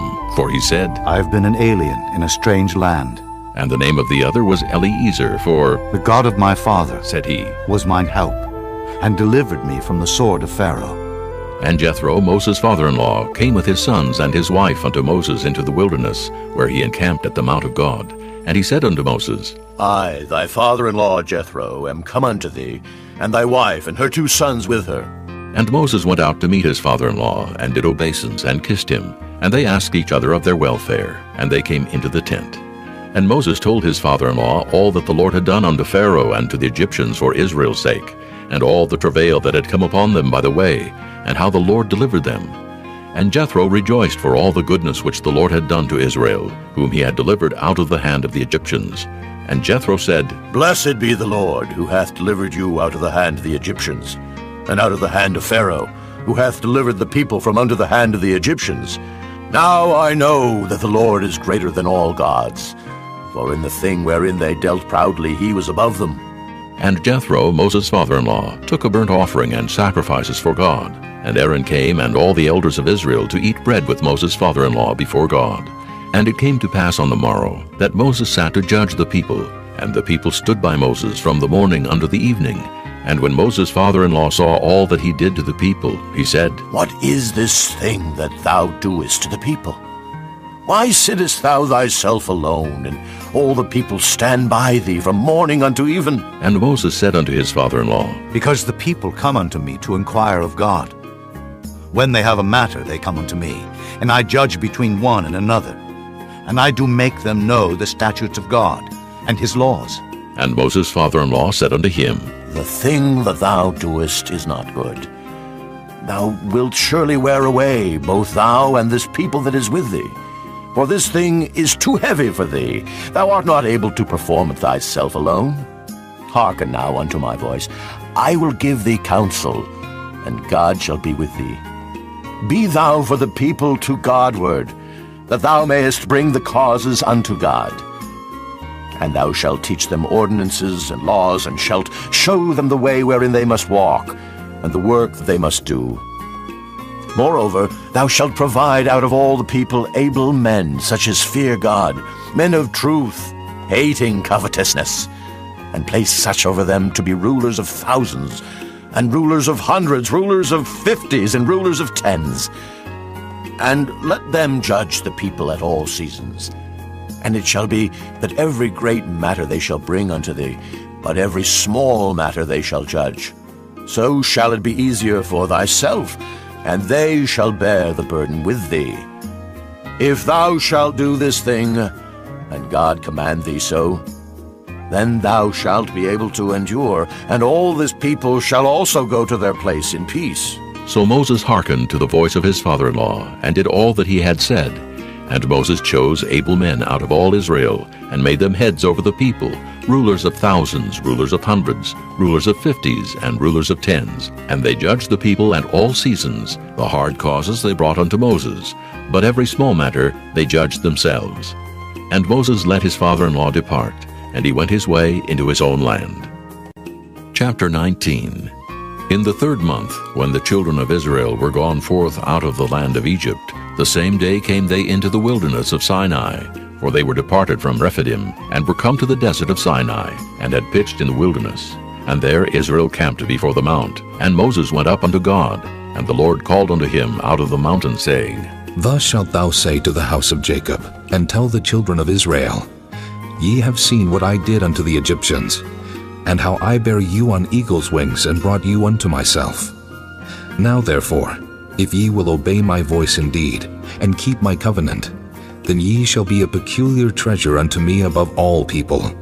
For all the earth is mine, and ye shall be unto me a kingdom of priests, and an holy nation. These are the words which thou shalt speak unto the children of Israel. And Moses came and called for the elders of the people, and laid before their faces all these words which the Lord commanded him. And all the people answered together and said, All that the Lord hath spoken we will do. And Moses returned the words of the people unto the Lord. And the Lord said unto Moses, Lo, I come unto thee in a thick cloud, that the people may hear when I speak with thee, and believe thee forever. And Moses told the words of the people unto the Lord.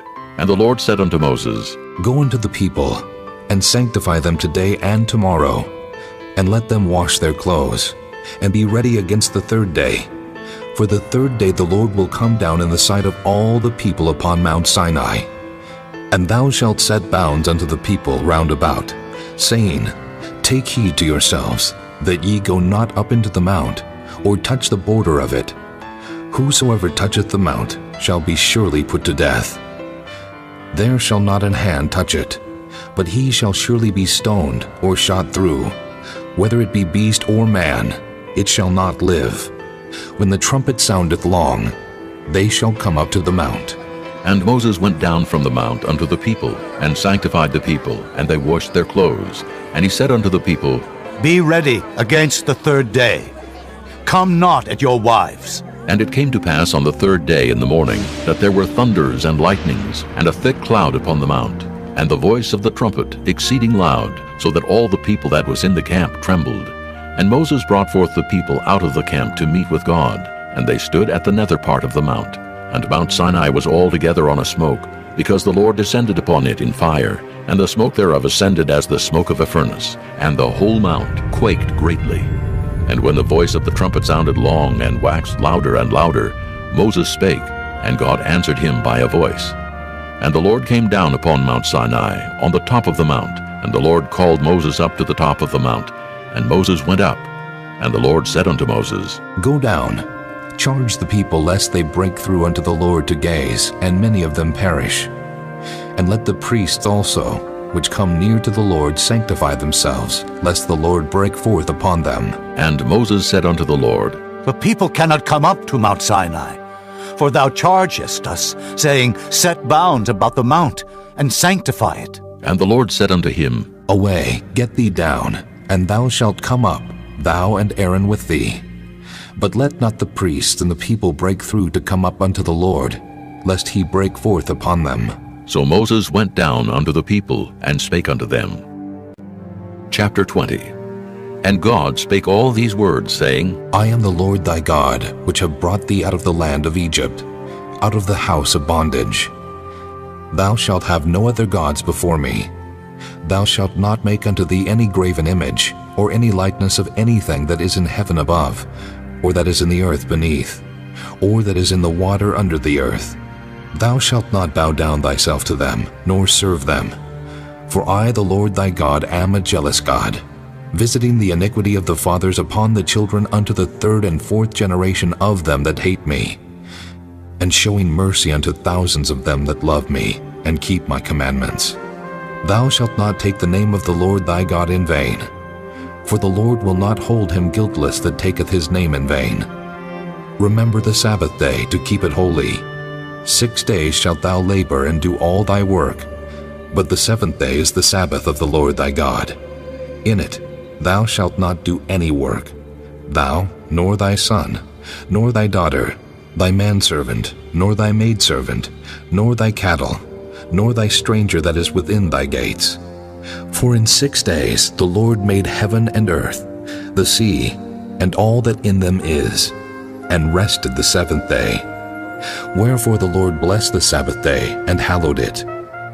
Honor thy father and thy mother, that thy days may be long upon the land which the Lord thy God giveth thee. Thou shalt not kill. Thou shalt not commit adultery. Thou shalt not steal. Thou shalt not bear false witness against thy neighbor. Thou shalt not covet thy neighbor's house. Thou shalt not covet thy neighbor's wife, nor his manservant, nor his maidservant, nor his ox, nor his ass, nor anything that is thy neighbor's. And all the people saw the thunderings and the lightnings, and the noise of the trumpet, and the mountain smoking. And when the people saw it, they removed and stood afar off. And they said unto Moses, Speak thou with us, and we will hear. But let not God speak with us, lest we die. And Moses said unto the people, Fear not, for God is come to prove you, and that his fear may be before your faces, that ye sin not. And the people stood afar off. And Moses drew near unto the thick darkness where God was. And the Lord said unto Moses, Thus thou shalt say unto the children of Israel, Ye have seen that I have talked with you from heaven. Ye shall not make with me gods of silver, neither shall ye make unto you gods of gold.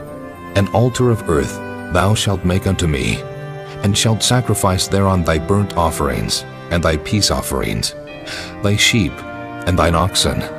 In all places where I record my name I will come unto thee, and I will bless thee. And if thou wilt make me an altar of stone, thou shalt not build it of hewn stone, for if thou lift up thy tool upon it, thou hast polluted it. Neither shalt thou go up by steps unto mine altar, that thy nakedness be not discovered thereon. Chapter 21. Now these are the judgments which thou shalt set before them. If thou buy an Hebrew servant, 6 years he shall serve, and in the 7th he shall go out free for nothing. If he came in by himself, he shall go out by himself. If he were married, then his wife shall go out with him.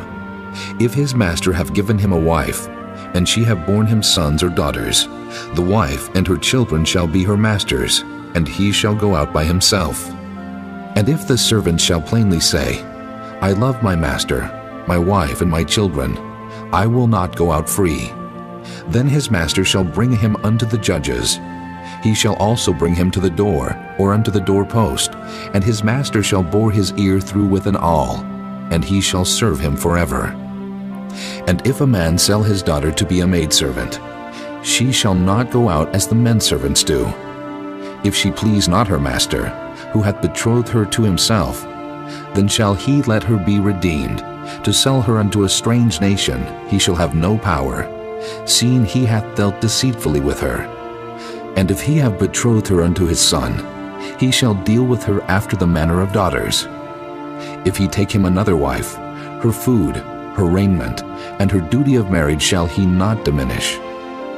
And if he do not these 3 unto her, then shall she go out free without money. He that smiteth a man so that he die, shall be surely put to death. And if a man lie not in wait, but God deliver him into his hand, then I will appoint thee a place whither he shall flee. But if a man come presumptuously upon his neighbor to slay him with guile, thou shalt take him from mine altar, that he may die.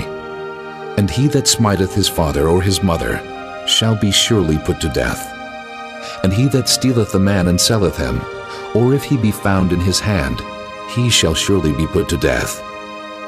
And he that curseth his father or his mother shall surely be put to death.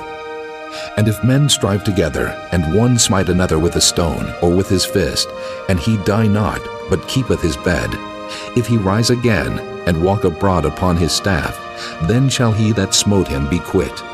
Only he shall pay for the loss of his time, and shall cause him to be thoroughly healed.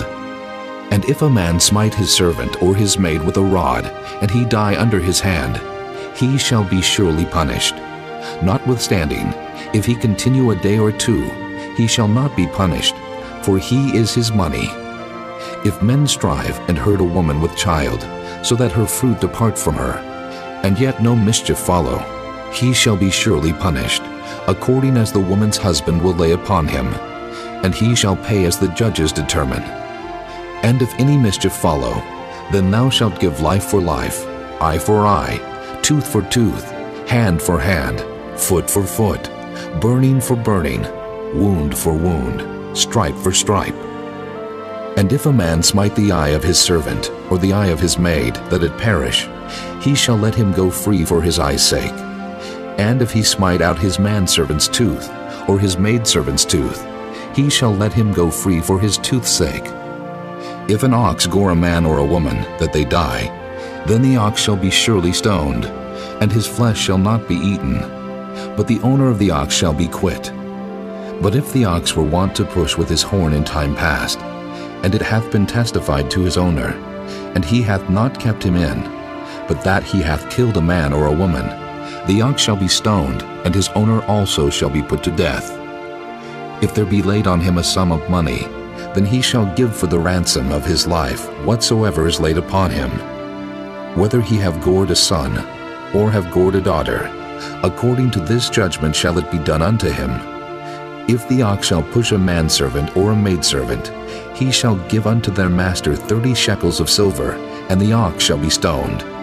And if a man shall open a pit, or if a man shall dig a pit, and not cover it, and an ox or an ass fall therein, the owner of the pit shall make it good, and give money unto the owner of them, and the dead beast shall be his. And if one man's ox hurt another's, that he die, then they shall sell the live ox and divide the money of it, and the dead ox also they shall divide. Or if it be known that the ox hath used to push in time past, and his owner hath not kept him in, he shall surely pay ox for ox, and the dead shall be his own. Chapter 22. If a man shall steal an ox or a sheep and kill it or sell it, he shall restore 5 oxen for an ox, and 4 sheep for a sheep. If a thief be found breaking up, and be smitten that he die, there shall no blood be shed for him. If the sun be risen upon him, there shall be blood shed for him, for he should make full restitution. If he have nothing, then he shall be sold for his theft.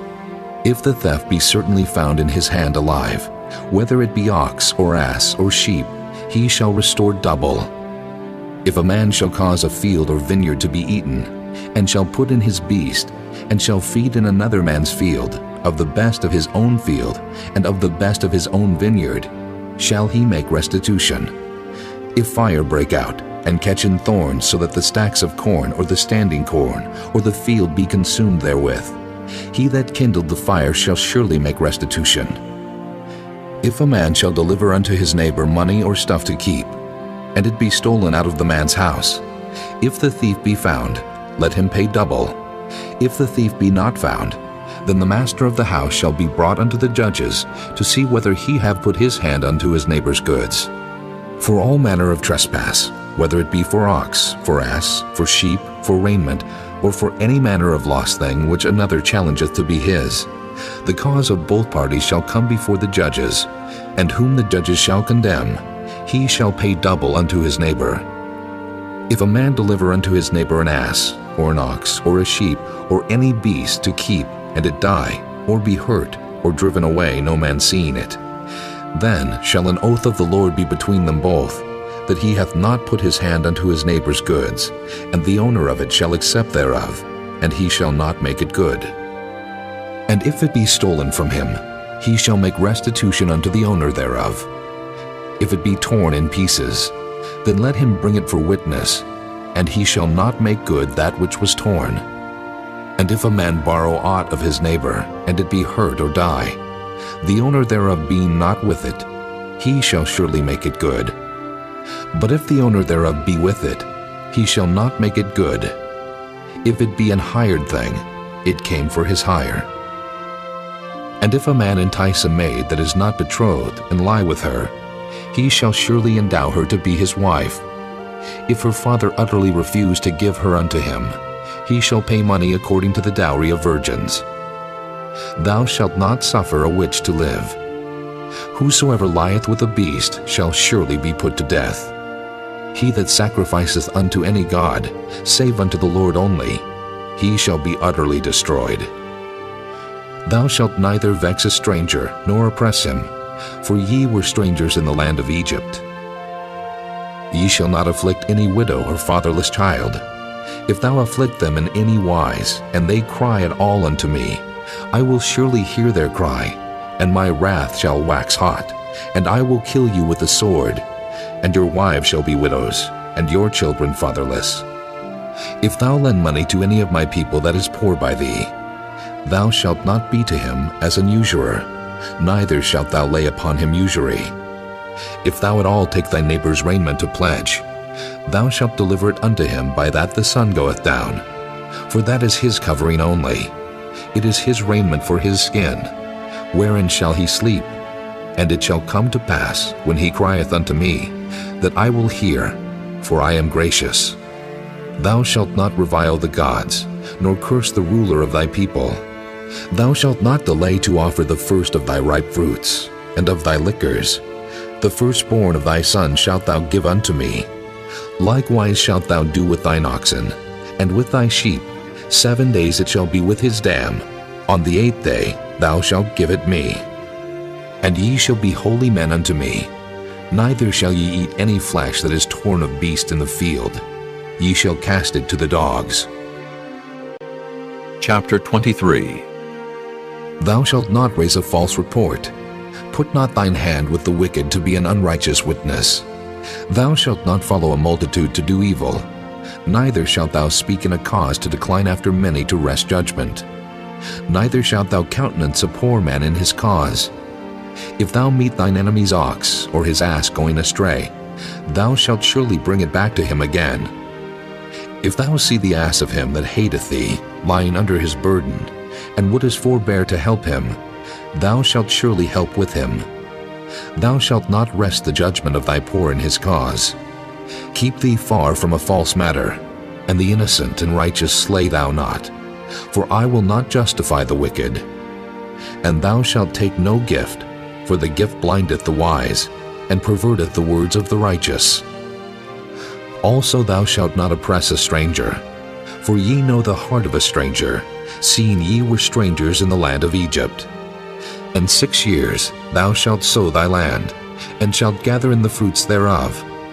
But the 7th year thou shalt let it rest and lie still, that the poor of thy people may eat, and what they leave the beasts of the field shall eat. In like manner thou shalt deal with thy vineyard, and with thy oliveyard. 6 days thou shalt do thy work, and on the 7th day thou shalt rest, that thine ox and thine ass may rest, and the son of thy handmaid, and the stranger may be refreshed. And in all things that I have said unto you be circumspect, and make no mention of the name of other gods, neither let it be heard out of thy mouth. 3 times thou shalt keep a feast unto me in the year. Thou shalt keep the feast of unleavened bread. Thou shalt eat unleavened bread 7 days, as I commanded thee, in the time appointed of the month Abib, for in it thou camest out from Egypt. And none shall appear before me empty. And the feast of harvest, the first fruits of thy labors which thou hast sown in the field, and the feast of ingathering, which is in the end of the year, when thou hast gathered in thy labors out of the field. 3 times in the year all thy males shall appear before the Lord God. Thou shalt not offer the blood of my sacrifice with leavened bread, neither shall the fat of my sacrifice remain until the morning. The first of the first fruits of thy land thou shalt bring into the house of the Lord thy God. Thou shalt not see the kid in his mother's milk. Behold, I send an angel before thee, to keep thee in the way, and to bring thee into the place which I have prepared. Beware of him, and obey his voice. Provoke him not, for he will not pardon your transgressions, for my name is in him. But if thou shalt indeed obey his voice, and do all that I speak, then I will be an enemy unto thine enemies, and an adversary unto thine adversaries. For mine angel shall go before thee, and bring thee in unto the Amorites, and the Hittites, and the Perizzites, and the Canaanites, the Hivites, and the Jebusites, and I will cut them off. Thou shalt not bow down to their gods, nor serve them, nor do after their works. But thou shalt utterly overthrow them, and quite break down their images. And ye shall serve the Lord your God, and he shall bless thy bread and thy water, and I will take sickness away from the midst of thee. There shall nothing cast their young, nor be barren in thy land. The number of thy days I will fulfill. I will send my fear before thee, and will destroy all the people to whom thou shalt come, and I will make all thine enemies turn their backs unto thee. And I will send hornets before thee, which shall drive out the Hivite, the Canaanite, and the Hittite from before thee. I will not drive them out from before thee in 1 year, lest the land become desolate, and the beast of the field multiply against thee. By little and little I will drive them out from before thee, until thou be increased and inherit the land. And I will set thy bounds from the Red Sea, even unto the sea of the Philistines, and from the desert unto the river. For I will deliver the inhabitants of the land into your hand, and thou shalt drive them out before thee. Thou shalt make no covenant with them, nor with their gods. They shall not dwell in thy land, lest they make thee sin against me. For if thou serve their gods, it will surely be a snare unto thee. Chapter 24. And he said unto Moses, Come up unto the Lord, thou, and Aaron, Nadab, and Abihu, and 70 of the elders of Israel, and worship ye afar off. And Moses alone shall come near the Lord, but they shall not come nigh, neither shall the people go up with him. And Moses came and told the people all the words of the Lord, and all the judgments. And all the people answered with one voice and said, All the words which the Lord hath said will we do. And Moses wrote all the words of the Lord, and rose up early in the morning, and builded an altar under the hill, and 12 pillars according to the 12 tribes of Israel. And he sent young men of the children of Israel, which offered burnt offerings, and sacrificed peace offerings of oxen unto the Lord. And Moses took half of the blood, and put it in basins, and half of the blood he sprinkled on the altar. And he took the book of the covenant, and read it in the audience of the people, and they said, All that the Lord hath said will we do, and be obedient. And Moses took the blood, and sprinkled it on the people, and said, Behold, the blood of the covenant, which the Lord hath made with you concerning all these words. Then went up Moses and Aaron, Nadab and Abihu, and 70 of the elders of Israel, and they saw the God of Israel.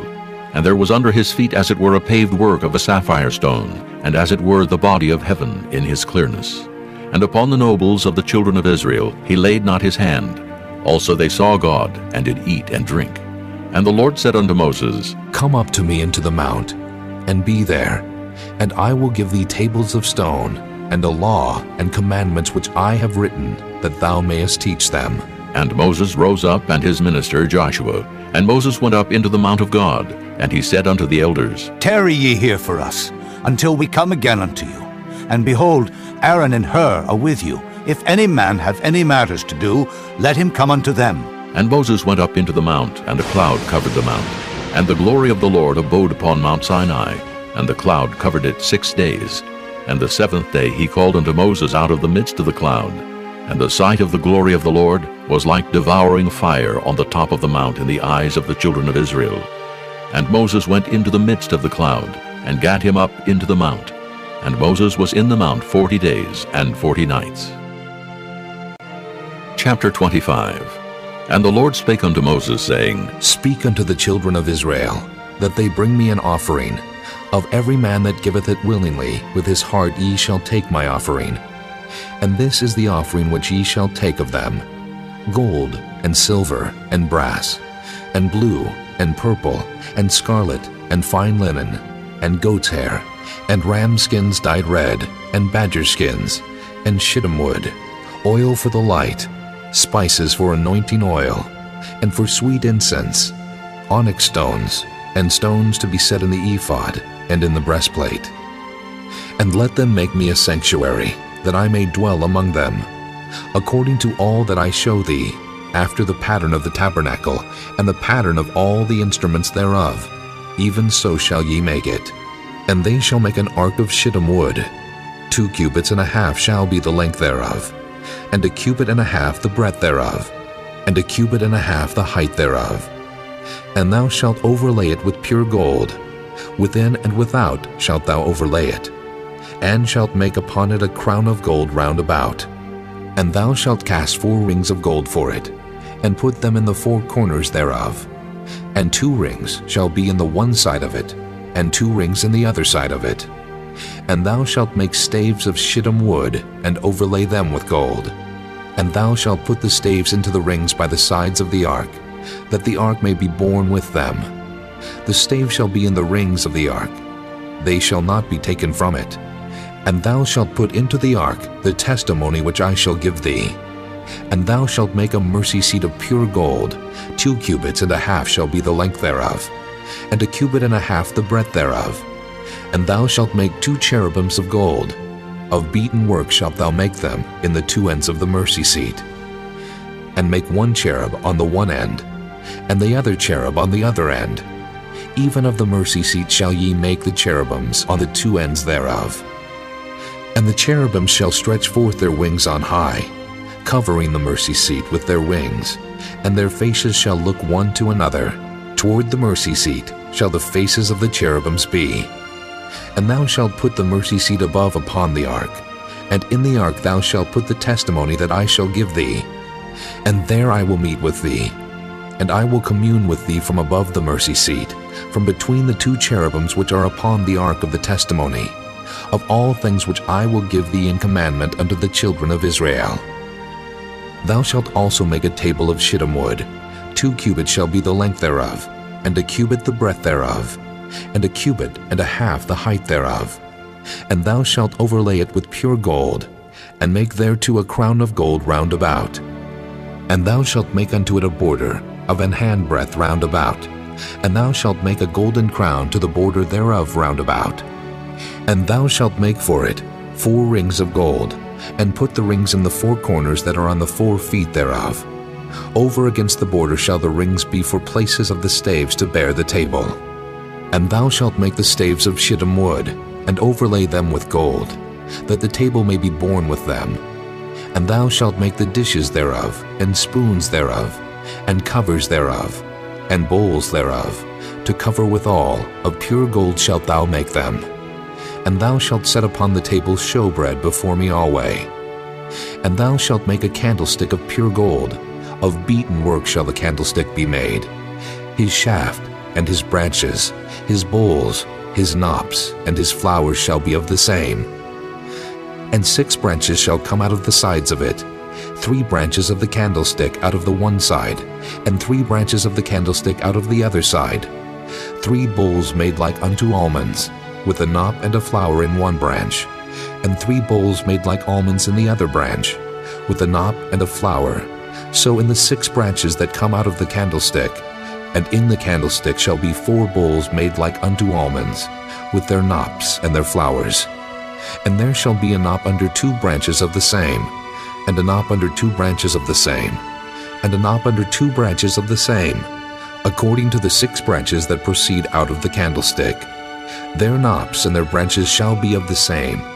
All it shall be one beaten work of pure gold. And thou shalt make the 7 lamps thereof, and they shall light the lamps thereof, that they may give light over against it. And the tongs thereof, and the snuff dishes thereof, shall be of pure gold. Of a talent of pure gold shall he make it, with all these vessels. And look that thou make them after their pattern, which was showed thee in the mount. Chapter 26. Moreover, thou shalt make the tabernacle with 10 curtains of fine twined linen, and blue, and purple, and scarlet. With cherubims of cunning work shalt thou make them. The length of one curtain shall be 28 cubits, and the breadth of one curtain 4 cubits. And every one of the curtains shall have one measure. The 5 curtains shall be coupled together, one to another, and other 5 curtains shall be coupled one to another. And thou shalt make loops of blue upon the edge of the one curtain from the selvage in the coupling. And likewise shalt thou make in the uttermost edge of another curtain, in the coupling of the second. 50 loops shalt thou make in the one curtain, and 50 loops shalt thou make in the edge of the curtain that is in the coupling of the second, that the loops may take hold one of another. And thou shalt make 50 tacks of gold, and couple the curtains together with the tacks, and it shall be one tabernacle. And thou shalt make curtains of goat's hair to be a covering upon the tabernacle. 11 curtains shalt thou make. The length of one curtain shall be 30 cubits, and the breadth of one curtain 4 cubits.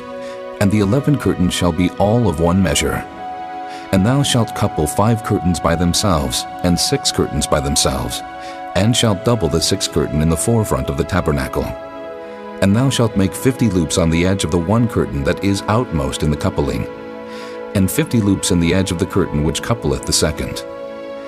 And thou shalt make 50 tacks of brass, and put the tacks into the loops, and couple the tent together, that it may be one. And the remnant that remaineth of the curtains of the tent, the half curtain that remaineth, shall hang over the backside of the tabernacle. And a cubit on the one side, and a cubit on the other side of that which remaineth in the length of the curtains of the tent. It shall hang over the sides of the tabernacle, on this side and on that side to cover it. And thou shalt make a covering for the tent of ram skins dyed red, and a covering above of badger skins. And thou shalt make boards for the tabernacle of shittim wood standing up. 10 cubits shall be the length of a board, and a cubit and a half shall be the breadth of one board. 2 tenons shall there be in one board, set in order one against another. Thus shalt thou make for all the boards of the tabernacle. And thou shalt make the boards for the tabernacle 20 boards on the south side southward.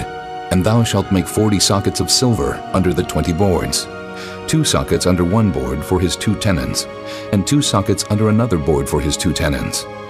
And for the second side of the tabernacle on the north side there shall be 20 boards. And there 40 sockets of silver, 2 sockets under one board, and 2 sockets under another board. And for the sides of the tabernacle westward, thou shalt make 6 boards. And 2 boards shalt thou make for the corners of the tabernacle in the 2 sides. And they shall be coupled together beneath, and they shall be coupled together above the head of it unto 1 ring. Thus shall it be for them both. They shall be for the 2 corners. And they shall be 8 boards, and their sockets of silver 16 sockets, 2 sockets under 1 board, and 2 sockets under another board. And thou shalt make bars of shittim wood, 5 for the boards of the one side of the tabernacle, and 5 bars for the boards of the other side of the tabernacle, and 5 bars for the boards of the side of the tabernacle, for the 2 sides westward. And the middle bar in the midst of the board shall reach from end to end. And thou shalt overlay the boards with gold, and make their rings of gold for places for the bars. And thou shalt overlay the bars with gold. And thou shalt rear up the tabernacle according to the fashion thereof, which was showed thee in the mount. And thou shalt make a veil of blue, and purple, and scarlet, and fine twined linen of cunning work. With cherubim shall it be made. And thou shalt hang it upon 4 pillars of shittim wood overlaid with gold. Their hooks shall be of gold upon the 4 sockets of silver. And thou shalt hang up the veil under the tacks, that thou mayest bring in thither within the veil the ark of the testimony. And the veil shall divide unto you between the holy place and the most holy. And thou shalt put the mercy seat upon the ark of the testimony in the most holy place. And thou shalt set the table without the veil, and the candlestick over against the table on the side of the tabernacle toward the south. And thou shalt put the table on the north side. And thou shalt make an hanging for the door of the tent of blue and purple and scarlet, and fine twined linen, wrought with needlework. And thou shalt make for the hanging 5 pillars of shittim wood, and overlay them with gold, and their hooks shall be of gold. And thou shalt cast 5 sockets of brass for them. Chapter 27. And thou shalt make an altar of shittim wood, 5 cubits long, and 5 cubits broad. The altar shall be 4 square, and the height thereof shall be 3 cubits. And thou shalt make the horns of it upon the 4 corners thereof. His horn shall be of the same. And thou shalt overlay it with brass. And thou shalt make his pans to receive his ashes, and his shovels, and his basins, and his flesh hooks, and his fire pans. All the vessels thereof thou shalt make of brass. And thou shalt make for it a grate of network of brass. And upon the net shalt thou make 4 brassen rings in the 4 corners thereof. And thou shalt put it under the compass of the altar beneath, that the net may be even to the midst of the altar. And thou shalt make staves for the altar, staves of shittim wood, and overlay them with brass. And the stave shall be put into the rings, and the stave shall be upon the 2 sides of the altar to bear it. Hollow with boards shalt thou make it. As it was showed thee in the mount, so shall they make it. And thou shalt make the court of the tabernacle. For the south side southward there shall be hangings for the cord of fine twined linen, of 100 cubits long for one side. And the 20 pillars thereof, and their 20 sockets shall be of brass. The hooks of the pillars, and their fillets shall be of silver. And likewise for the north side in length there shall be hangings of 100 cubits long, and his 20 pillars, and their 20 sockets of brass, the hooks of the pillars, and their fillets of silver. And for the breadth of the court on the west side shall be hangings of 50 cubits, their pillars 10, and their sockets 10. And the breadth of the court on the east side eastward shall be 50 cubits. The hangings of one side of the gate shall be 15 cubits, their pillars 3, and their sockets 3. And on the other side shall be hangings 15 cubits, their pillars 3, and their sockets 3. And for the gate of the court shall be an hanging of 20 cubits, of blue and purple and scarlet, and fine twined linen, wrought with needlework. And their pillars shall be 4, and their sockets 4. All the pillars round about the court shall be filleted with silver. Their hooks shall be of silver, and their sockets of brass. The length of the court shall be 100 cubits, and the breadth 50, everywhere. And the height 5 cubits of fine twined linen, and their sockets of brass. All the vessels of the tabernacle and all the service thereof, and all the pins thereof, and all the pins of the court shall be of brass. And thou shalt command the children of Israel, that they bring thee pure oil olive beaten for the light, to cause the lamp to burn always. In the tabernacle of the congregation without the veil, which is before the testimony, Aaron and his sons shall order it from evening to morning before the Lord.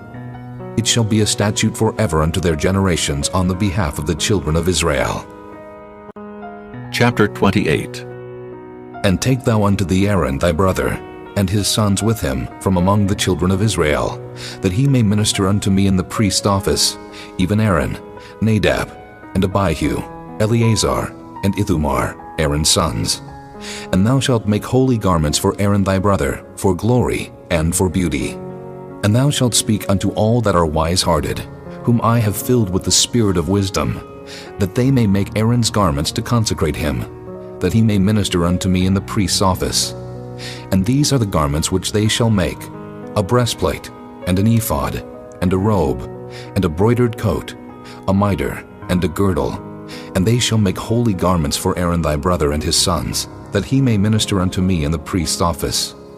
And they shall take gold, and blue, and purple, and scarlet, and fine linen. And they shall make the ephod of gold, of blue, and of purple, of scarlet, and fine twined linen with cunning work. It shall have the 2 shoulder pieces thereof joined at the 2 edges thereof, and so it shall be joined together. And the curious girdle of the ephod which is upon it shall be of the same according to the work thereof, even of gold, of blue, and purple, and scarlet, and fine twined linen. And thou shalt take 2 onyx stones, and grave on them the names of the children of Israel, 6 of their names on one stone, and the other 6 names of the rest on the other stone according to their birth.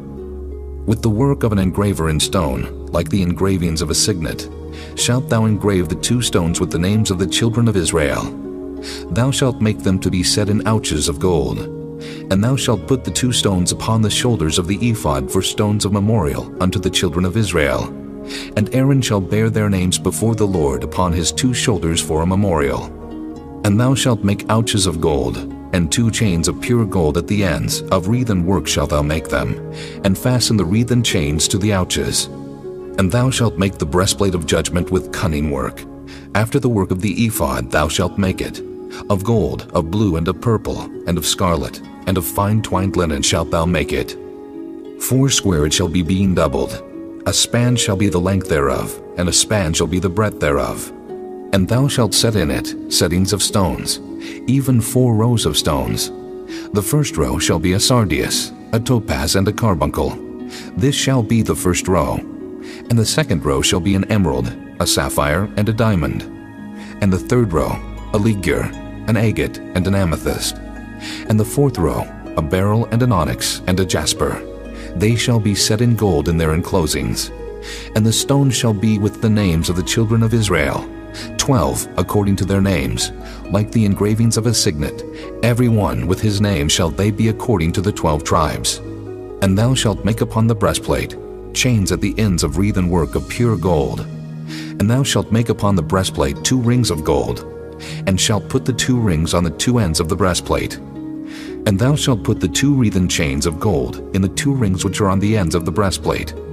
And the other 2 ends of the 2 wreathen chains thou shalt fasten in the 2 ouches, and put them on the shoulder pieces of the ephod before it. And thou shalt make 2 rings of gold, and thou shalt put them upon the 2 ends of the breastplate in the border thereof, which is in the side of the ephod inward. And 2 other rings of gold thou shalt make, and shalt put them on the 2 sides of the ephod underneath, toward the forepart thereof, over against the other coupling thereof, above the curious girdle of the ephod. And they shall bind the breastplate by the rings thereof unto the rings of the ephod with a lace of blue, that it may be above the curious girdle of the ephod, and that the breastplate be not loosed from the ephod. And Aaron shall bear the names of the children of Israel in the breastplate of judgment upon his heart, when he goeth in unto the holy place, for a memorial before the Lord continually. And thou shalt put in the breastplate of judgment the Urim and the Thummim, and they shall be upon Aaron's heart when he goeth in before the Lord. And Aaron shall bear the judgment of the children of Israel upon his heart before the Lord continually. And thou shalt make the robe of the ephod all of blue, and there shall be an hole in the top of it, in the midst thereof. It shall have a binding of woven work round about the whole of it, as it were the hole of an habergeon, that it be not rent. And beneath, upon the hem of it, thou shalt make pomegranates of blue, and of purple, and of scarlet, round about the hem thereof, and bells of gold between them round about. A golden bell and a pomegranate, a golden bell and a pomegranate, upon the hem of the robe round about. And it shall be upon Aaron to minister, and his sound shall be heard when he goeth in unto the holy place before the Lord, and when he cometh out, that he die not. And thou shalt make a plate of pure gold, and grave upon it, like the engravings of a signet, Holiness to the Lord. And thou shalt put it on a blue lace, that it may be upon the mitre.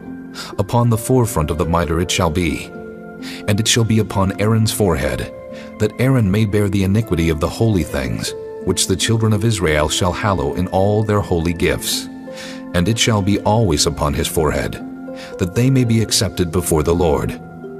And thou shalt embroider the coat of fine linen, and thou shalt make the mitre of fine linen, and thou shalt make the girdle of needlework. And for Aaron's sons thou shalt make coats, and thou shalt make for them girdles, and bonnets shalt thou make for them, for glory and for beauty. And thou shalt put them upon Aaron thy brother, and his sons with him, and shalt anoint them, and consecrate them, and sanctify them, that they may minister unto me in the priest's office. And thou shalt make them linen breeches to cover their nakedness. From the loins even unto the thighs they shall reach. And they shall be upon Aaron and upon his sons, when they come in unto the tabernacle of the congregation, or when they come near unto the altar to minister in the holy place, that they bear not iniquity, and die. It shall be a statute forever unto him and his seed after him. Chapter 29. And this is the thing that thou shalt do unto them, to hallow them, to minister unto me in the priest's office.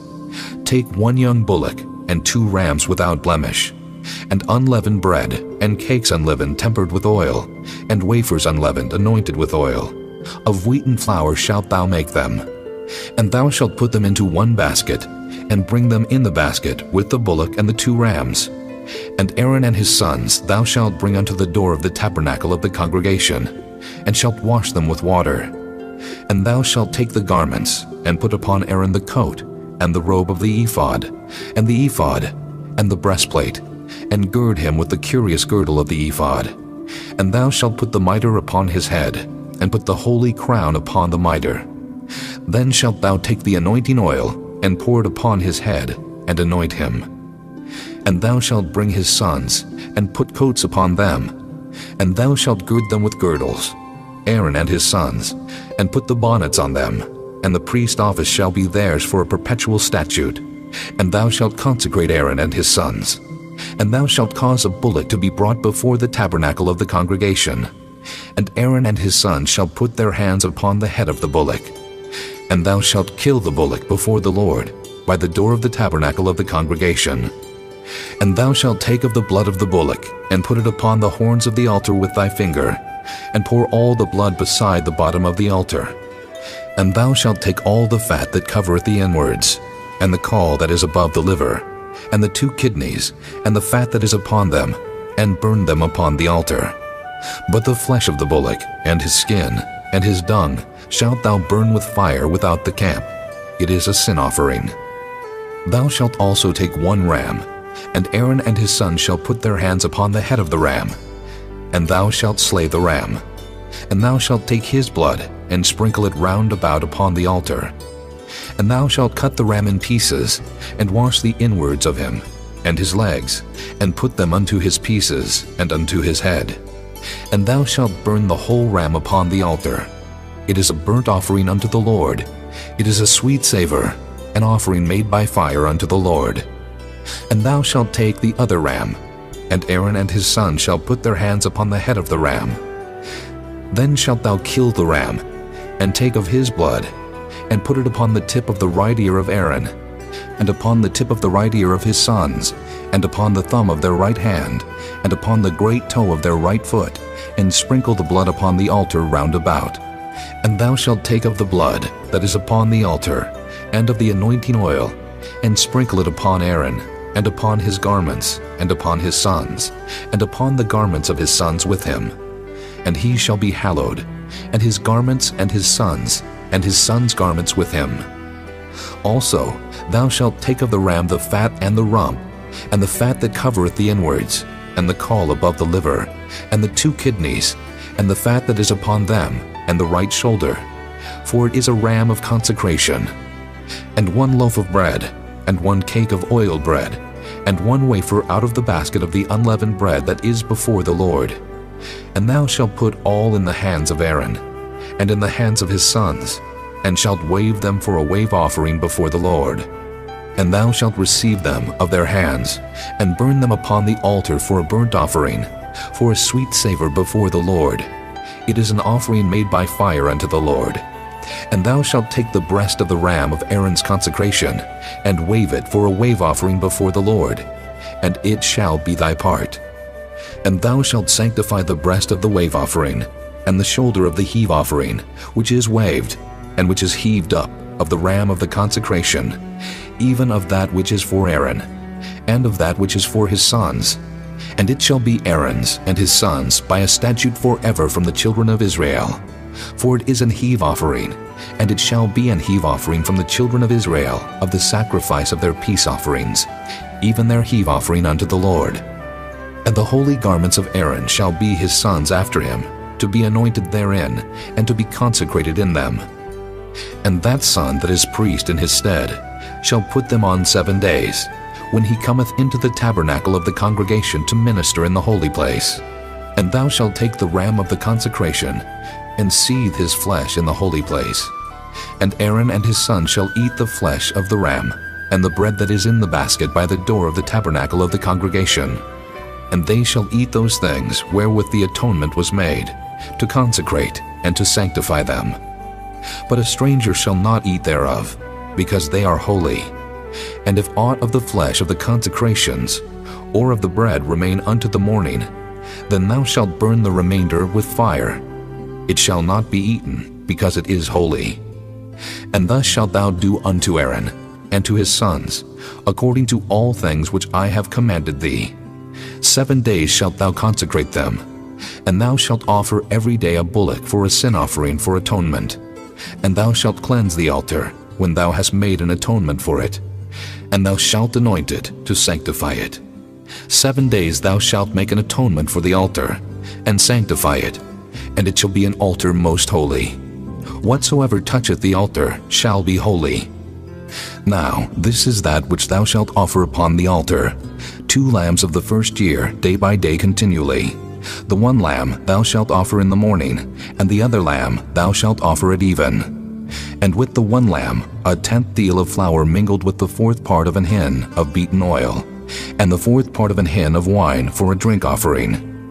And the other lamb thou shalt offer at even, and shalt do thereto according to the meat offering of the morning, and according to the drink offering thereof, for a sweet savor, an offering made by fire unto the Lord.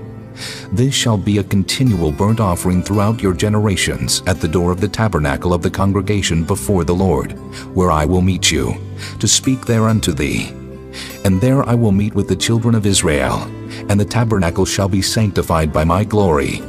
And I will sanctify the tabernacle of the congregation, and the altar. I will sanctify also both Aaron and his sons, to minister to me in the priest's office. And I will dwell among the children of Israel, and will be their God. And they shall know that I am the Lord their God, that brought them forth out of the land of Egypt, that I may dwell among them. I am the Lord their God. Chapter 30. And thou shalt make an altar to burn incense upon. Of shittim wood shalt thou make it. A cubit shall be the length thereof, and a cubit the breadth thereof. 4 square shall it be, and 2 cubits shall be the height thereof. The horns thereof shall be of the same. And thou shalt overlay it with pure gold, the top thereof, and the sides thereof round about, and the horns thereof. And thou shalt make unto it a crown of gold round about. And 2 golden rings shalt thou make to it under the crown of it, by the 2 corners thereof. Upon the 2 sides of it shalt thou make it, and they shall be for places for the staves to bear it withal. And thou shalt make the staves of shittim wood, and overlay them with gold. And thou shalt put it before the veil that is by the ark of the testimony, before the mercy seat that is over the testimony, where I will meet with thee. And Aaron shall burn thereon sweet incense every morning. When he dresseth the lamps, he shall burn incense upon it. And when Aaron lighteth the lamps at even, he shall burn incense upon it, a perpetual incense before the Lord throughout your generations. Ye shall offer no strange incense thereon, nor burnt sacrifice, nor meat offering, neither shall ye pour drink offering thereon. And Aaron shall make an atonement upon the horns of it once in a year, with the blood of the sin offering of atonements. Once in the year shall he make atonement upon it throughout your generations. It is most holy unto the Lord. And the Lord spake unto Moses, saying, When thou takest the sum of the children of Israel after their number, then shall they give every man a ransom for his soul unto the Lord, when thou numberest them, that there be no plague among them when thou numberest them. This they shall give, every one that passeth among them that are numbered, half a shekel after the shekel of the sanctuary. A shekel is 20 gerahs, and half shekel shall be the offering of the Lord. Every one that passeth among them that are numbered, from 20 years old and above, shall give an offering unto the Lord. The rich shall not give more, and the poor shall not give less than half a shekel, when they give an offering unto the Lord to make an atonement for your souls.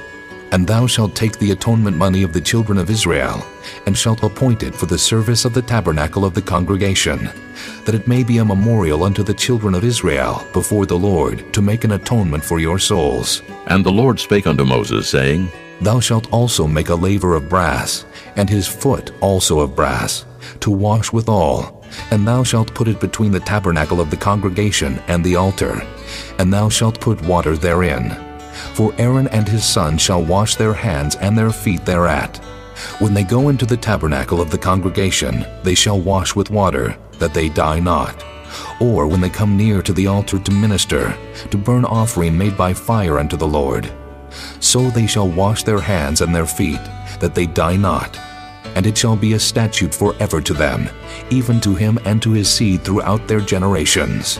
Moreover, the Lord spake unto Moses, saying, Take thou also unto thee principal spices of pure myrrh, 500 shekels, and of sweet cinnamon half so much, even 250 shekels, and of sweet calamus 250 shekels, and of cassia 500 shekels, after the shekel of the sanctuary, and of oil olive and hin. And thou shalt make it an oil of holy ointment, an ointment compound after the art of the apothecary. It shall be an holy anointing oil. And thou shalt anoint the tabernacle of the congregation therewith, and the ark of the testimony, and the table, and all his vessels, and the candlestick, and his vessels, and the altar of incense, and the altar of burnt offering with all his vessels, and the laver, and his foot. And thou shalt sanctify them, that they may be most holy. Whatsoever toucheth them shall be holy. And thou shalt anoint Aaron and his sons, and consecrate them, that they may minister unto me in the priest's office. And thou shalt speak unto the children of Israel, saying, This shall be an holy anointing oil unto me throughout your generations. Upon man's flesh shall it not be poured, neither shall ye make any other like it after the composition of it. It is holy, and it shall be holy unto you. Whosoever compoundeth any like it, or whosoever putteth any of it upon a stranger, shall even be cut off from his people. And the Lord said unto Moses, Take unto thee sweet spices, stacte, and onycha, and galbanum. These sweet spices with pure frankincense, of each shall there be a like weight. And thou shalt make it a perfume, a confection after the art of the apothecary, tempered together, pure and holy. And thou shalt beat some of it very small, and put of it before the testimony in the tabernacle of the congregation, where I will meet with thee. It shall be unto you most holy. And as for the perfume which thou shalt make, ye shall not make to yourselves according to the composition thereof. It shall be unto thee holy for the Lord. Whosoever shall make like unto that, to smell thereto, shall even be cut off from his people. Chapter 31. And the Lord spake unto Moses, saying, See, I have called by name Bezaleel, the son of Uri, the son of Hur of the tribe of Judah, and I have filled him with the Spirit of God, in wisdom, and in understanding, and in knowledge, and in all manner of workmanship, to devise cunning works, to work in gold, and in silver, and in brass, and in cutting of stones to set them, and in carving of timber, to work in all manner of workmanship. And I, behold, I have given with him Aholiab, the son of Ahisamach, of the tribe of Dan, And in the hearts of all that are wise-hearted I have put wisdom, that they may make all that I have commanded thee. The tabernacle of the congregation, and the ark of the testimony, and the mercy seat that is thereupon, and all the furniture of the tabernacle, and the table, and his furniture, and the pure candlestick with all his furniture, and the altar of incense, and the altar of burnt offering with all his furniture, and the laver and his foot, and the cloths of service, and the holy garments for Aaron the priest, and the garments of his sons to minister in the priest's office, and the anointing oil, and sweet incense for the holy place, according to all that I have commanded thee, shall they do. And the Lord spake unto Moses, saying, Speak thou also unto the children of Israel, saying, Verily, my Sabbaths ye shall keep, for it is a sign between me and you throughout your generations, that ye may know that I am the Lord that doth sanctify you. Ye shall keep the Sabbath therefore, for it is holy unto you. Every one that defileth it shall surely be put to death. For whosoever doeth any work therein, that soul shall be cut off from among his people. 6 days may work be done, but in the 7th is the Sabbath of rest, holy to the Lord. Whosoever doeth any work in the Sabbath day, he shall surely be put to death. Wherefore the children of Israel shall keep the Sabbath, to observe the Sabbath throughout their generations for a perpetual covenant. It is a sign between me and the children of Israel forever. For in 6 days the Lord made heaven and earth, and on the 7th day he rested and was refreshed. And he gave unto Moses, when he had made an end of communing with him upon Mount Sinai, 2 tables of testimony, tables of stone, written with the finger of God. Chapter 32. And when the people saw that Moses delayed to come down out of the mount, the people gathered themselves together unto Aaron, and said unto him, Up, make us gods, which shall go before us. For as for this Moses, the man that brought us up out of the land of Egypt, we wot not what has become of him. And Aaron said unto them, Break off the golden earrings, which are in the ears of your wives, of your sons, and of your daughters, and bring them unto me. And all the people brake off the golden earrings which were in their ears, and brought them unto Aaron. And he received them at their hand, and fashioned it with a graving tool, after he had made it a molten calf. And they said, These be thy gods, O Israel, which brought thee up out of the land of Egypt. And when Aaron saw it, he built an altar before it, and Aaron made proclamation and said, Tomorrow is a feast to the Lord. And they rose up early on the morrow, and offered burnt offerings, and brought peace offerings. And the people sat down to eat and to drink, and rose up to play. And the Lord said unto Moses, Go, get thee down, for thy people which thou broughtest out of the land of Egypt have corrupted themselves. They have turned aside quickly out of the way which I commanded them. They have made them a molten calf, and have worshipped it, and have sacrificed thereunto, and said, These be thy gods, O Israel, which have brought thee up out of the land of Egypt. And the Lord said unto Moses, I have seen this people, and, behold, it is a stiff-necked people. Now therefore let me alone, that my wrath may wax hot against them, and that I may consume them, and I will make of thee a great nation. And Moses besought the Lord his God, and said, Lord, why doth thy wrath wax hot against thy people, which thou hast brought forth out of the land of Egypt with great power, and with a mighty hand? Wherefore should the Egyptians speak, and say, For mischief did he bring them out, to slay them in the mountains, and to consume them from the face of the earth? Turn from thy fierce wrath, and repent of this evil against thy people. Remember Abraham, Isaac, and Israel, thy servants, to whom thou swearest by thine own self, and saidst unto them, I will multiply your seed as the stars of heaven, and all this land that I have spoken of will I give unto your seed, and they shall inherit it forever. And the Lord repented of the evil which he thought to do unto his people. And Moses turned, and went down from the mount, and the 2 tables of the testimony were in his hand. The tables were written on both their sides, on the one side and on the other were they written.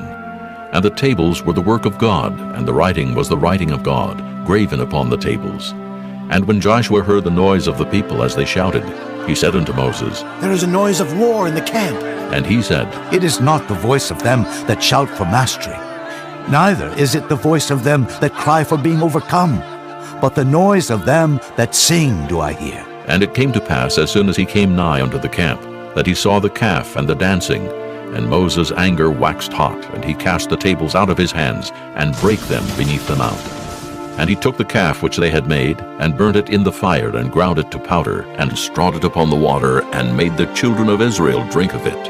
And Moses said unto Aaron, What did this people unto thee, that thou hast brought so great a sin upon them? And Aaron said, Let not the anger of my Lord wax hot. Thou knowest the people, that they are set on mischief. For they said unto me, Make us gods which shall go before us. For as for this Moses, the man that brought us up out of the land of Egypt, we wot not what is become of him. And I said unto them, Whosoever hath any gold, let them break it off. So they gave it me. Then I cast it into the fire, and there came out this calf. And when Moses saw that the people were naked, for Aaron had made them naked unto their shame among their enemies, then Moses stood in the gate of the camp, and said, Who is on the Lord's side? Let him come unto me. And all the sons of Levi gathered themselves together unto him. And he said unto them, Thus saith the Lord God of Israel, Put every man his sword by his side, and go in and out from gate to gate throughout the camp, and slay every man his brother, and every man his companion, and every man his neighbor. And the children of Levi did according to the word of Moses. And there fell of the people that day about 3,000 men. For Moses had said, Consecrate yourselves today to the Lord, even every man upon his son, and upon his brother, that he may bestow upon you a blessing this day. And it came to pass on the morrow, that Moses said unto the people, Ye have sinned a great sin. And now I will go up unto the Lord. Peradventure I shall make an atonement for your sin. And Moses returned unto the Lord, and said, Oh, this people have sinned a great sin, and have made them gods of gold. Yet now, if thou wilt forgive their sin, and if not, blot me, I pray thee, out of thy book which thou hast written. And the Lord said unto Moses, Whosoever hath sinned against me, him will I blot out of my book. Therefore now go, lead the people unto the place of which I have spoken unto thee. Behold, mine angel shall go before thee. Nevertheless, in the day when I visit, I will visit their sin upon them. And the Lord plagued the people, because they made the calf which Aaron made. Chapter 33. And the Lord said unto Moses, Depart, and go up hence, thou and the people which thou hast brought up out of the land of Egypt, unto the land which I swear unto Abraham, to Isaac, and to Jacob, saying, Unto thy seed will I give it. And I will send an angel before thee, and I will drive out the Canaanite, the Amorite, and the Hittite, and the Perizzite, the Hivite, and the Jebusite, unto a land flowing with milk and honey. For I will not go up in the midst of thee, for thou art a stiff-necked people, lest I consume thee in the way. And when the people heard these evil tidings, they mourned, and no man did put on him his ornaments, for the Lord had said unto Moses, Say unto the children of Israel, Ye are a stiff-necked people. I will come up into the midst of thee in a moment, and consume thee. Therefore now put off thy ornaments from thee, that I may know what to do unto thee. And the children of Israel stripped themselves of their ornaments by the Mount Horeb.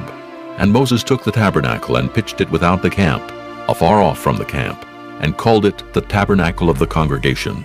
And it came to pass that every one which sought the Lord went out unto the tabernacle of the congregation, which was without the camp.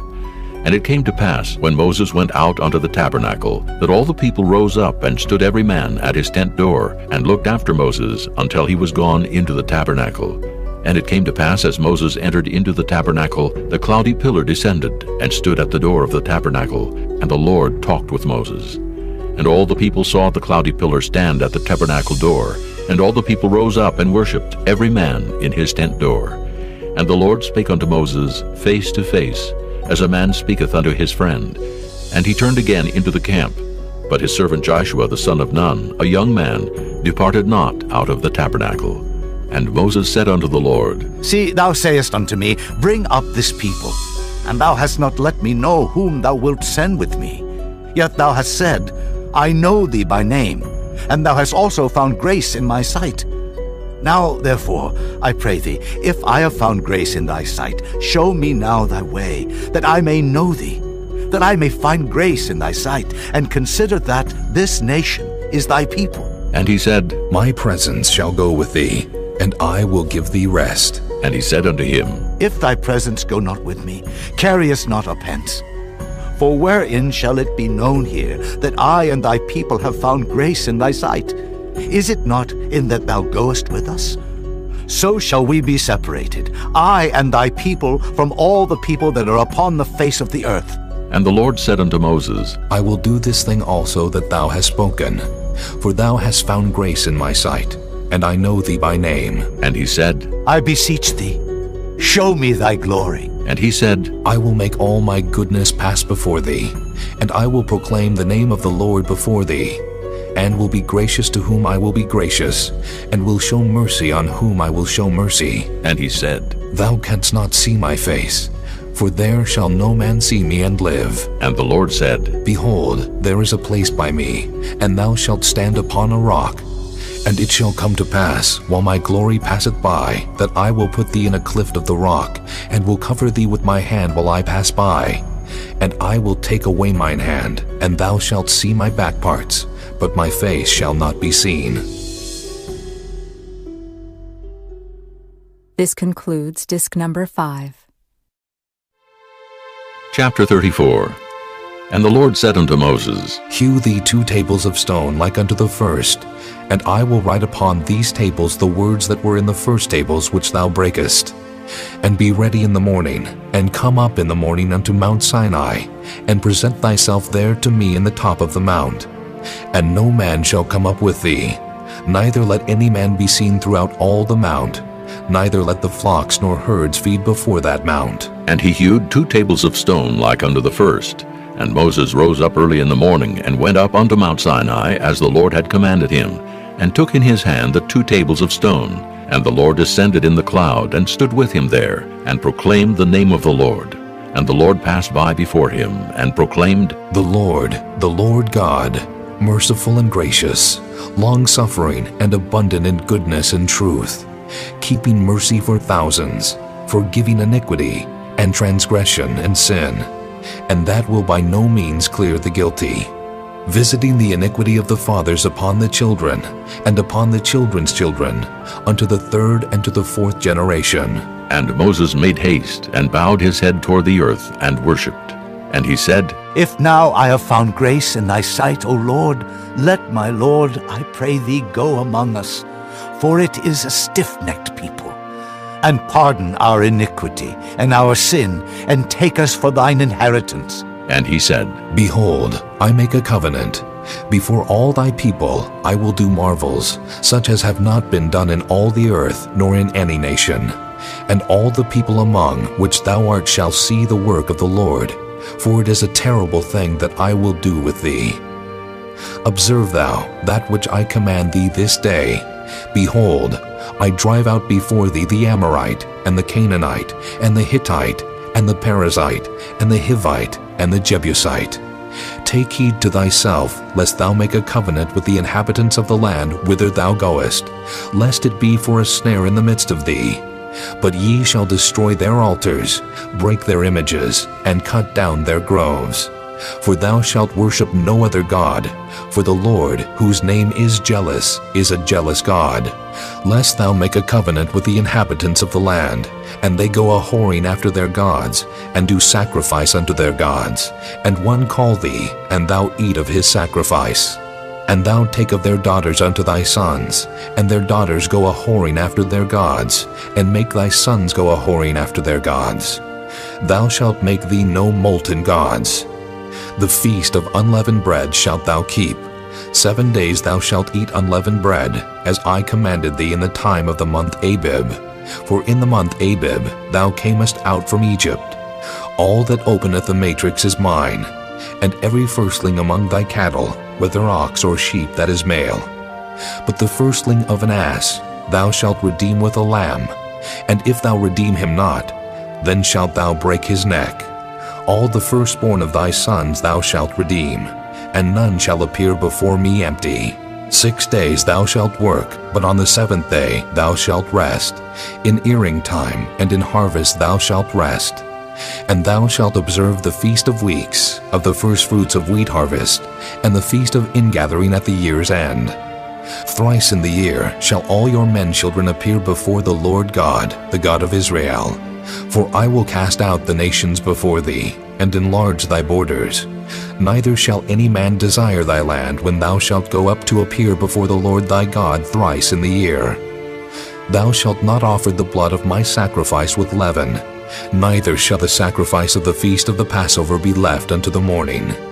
The first of the firstfruits of thy land thou shalt bring unto the house of the Lord thy God.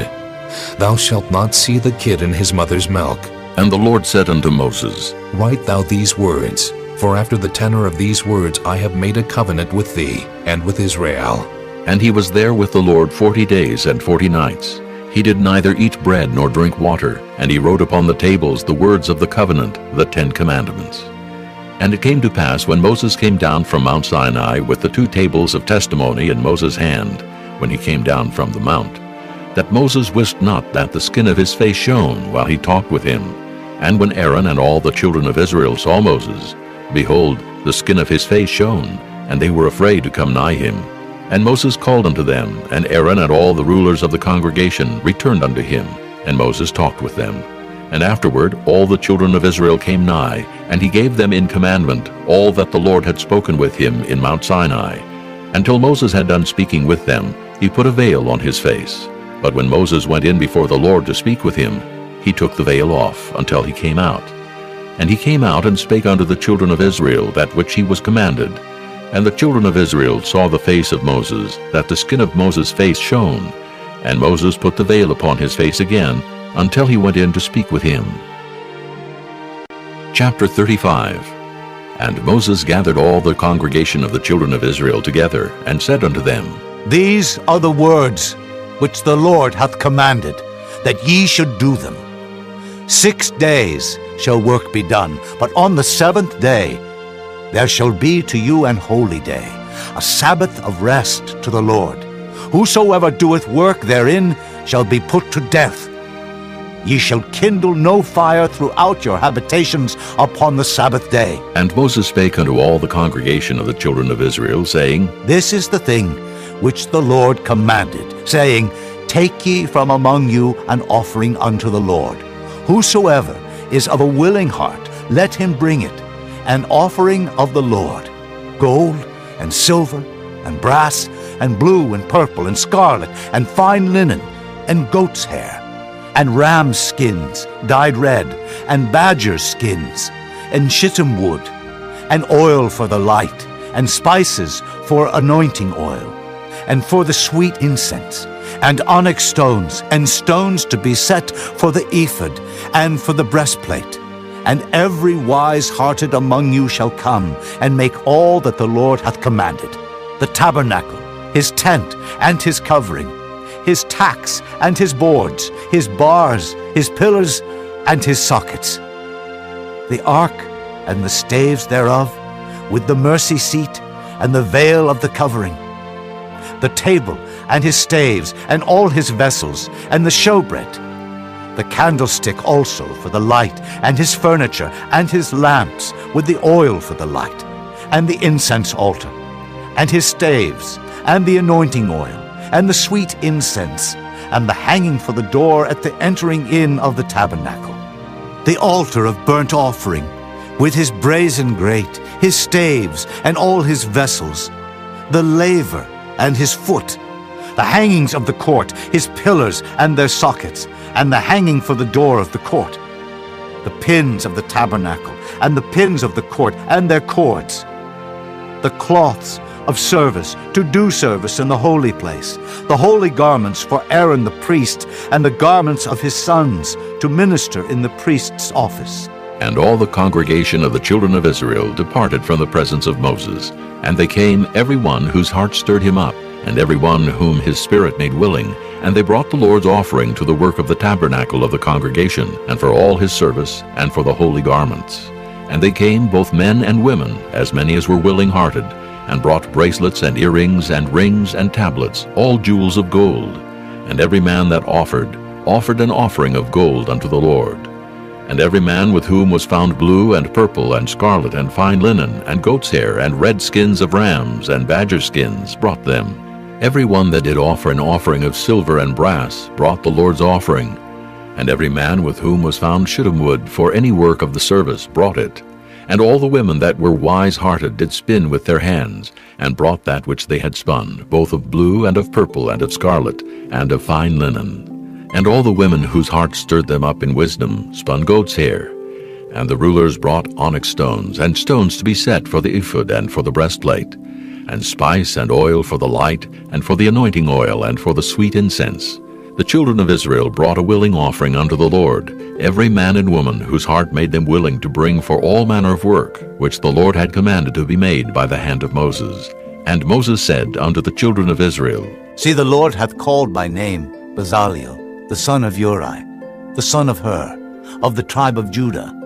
And he hath filled him with the Spirit of God, in wisdom, in understanding, and in knowledge, and in all manner of workmanship, and to devise curious works, to work in gold, and in silver, and in brass, and in the cutting of stones, to set them, and in carving of wood, to make any manner of cunning work. And he hath put in his heart that he may teach both he and Aholiab, the son of Ahisamach, of the tribe of Dan. Them hath he filled with wisdom of heart, to work all manner of work, of the engraver, and of the cunning workman, and of the embroiderer, in blue and in purple, in scarlet and in fine linen, and of the weaver, even of them that do any work, and of those that devise cunning work. Chapter 36. Then wrought Bezaleel and Aholiab, and every wise-hearted man in whom the Lord put wisdom and understanding, to know how to work all manner of work for the service of the sanctuary, according to all that the Lord had commanded. And Moses called Bezaleel and Aholiab, and every wise-hearted man, in whose heart the Lord had put wisdom, even every one whose heart stirred him up to come unto the work to do it. And they received of Moses all the offering which the children of Israel had brought for the work of the service of the sanctuary, to make it withal. And they brought yet unto him free offerings every morning. And all the wise men that wrought all the work of the sanctuary came every man from his work which they made. And they spake unto Moses, saying, The people bring much more than enough for the service of the work, which the Lord commanded to make. And Moses gave commandment, and they caused it to be proclaimed throughout the camp, saying, Let neither man nor woman make any more work for the offering of the sanctuary. So the people were restrained from bringing, for the stuff they had was sufficient for all the work to make it, and too much. And every wise-hearted man among them that wrought the work of the tabernacle made 10 curtains of fine twined linen, and blue, and purple, and scarlet. With cherubims of cunning work made he them. The length of one curtain was 28 cubits, and the breadth of one curtain 4 cubits. The curtains were all of one size. And he coupled the 5 curtains one unto another, and the other 5 curtains he coupled one unto another. And he made loops of blue on the edge of one curtain from the selvage in the coupling. Likewise he made in the uttermost side of another curtain, in the coupling of the second. 50 loops made he in one curtain, and 50 loops made he in the edge of the curtain, which was in the coupling of the second. The loops held one curtain to another. And he made 50 tacks of gold, and coupled the curtains one unto another with the tacks, so it became one tabernacle. And he made curtains of goat's hair for the tent over the tabernacle. 11 curtains he made them. The length of one curtain was 30 cubits, and 4 cubits was the breadth of one curtain. The 11 curtains were of one size. And he coupled 5 curtains by themselves, and 6 curtains by themselves. And he made 50 loops upon the uttermost edge of the curtain in the coupling. And 50 loops made he upon the edge of the curtain which coupleth the second. And he made 50 tacks of brass to couple the tent together, that it might be one. And he made a covering for the tent of ram skin dyed red, and a covering of badger skin above that. And he made boards for the tabernacle of shittim wood standing up. The length of a board was 10 cubits, and the breadth of a board was 1 cubit and a half. One board had 2 tenons, equally distant one from another. Thus did he make for all the boards of the tabernacle. And he made boards for the tabernacle, 20 boards for the south side southward. And 40 sockets of silver he made under the 20 boards, 2 sockets under one board for his 2 tenons, and 2 sockets under another board for his 2 tenons.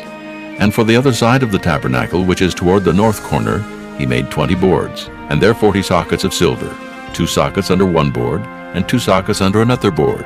And for the sides of the tabernacle westward, he made 6 boards. and 2 boards made he for the corners of the tabernacle in the 2 sides.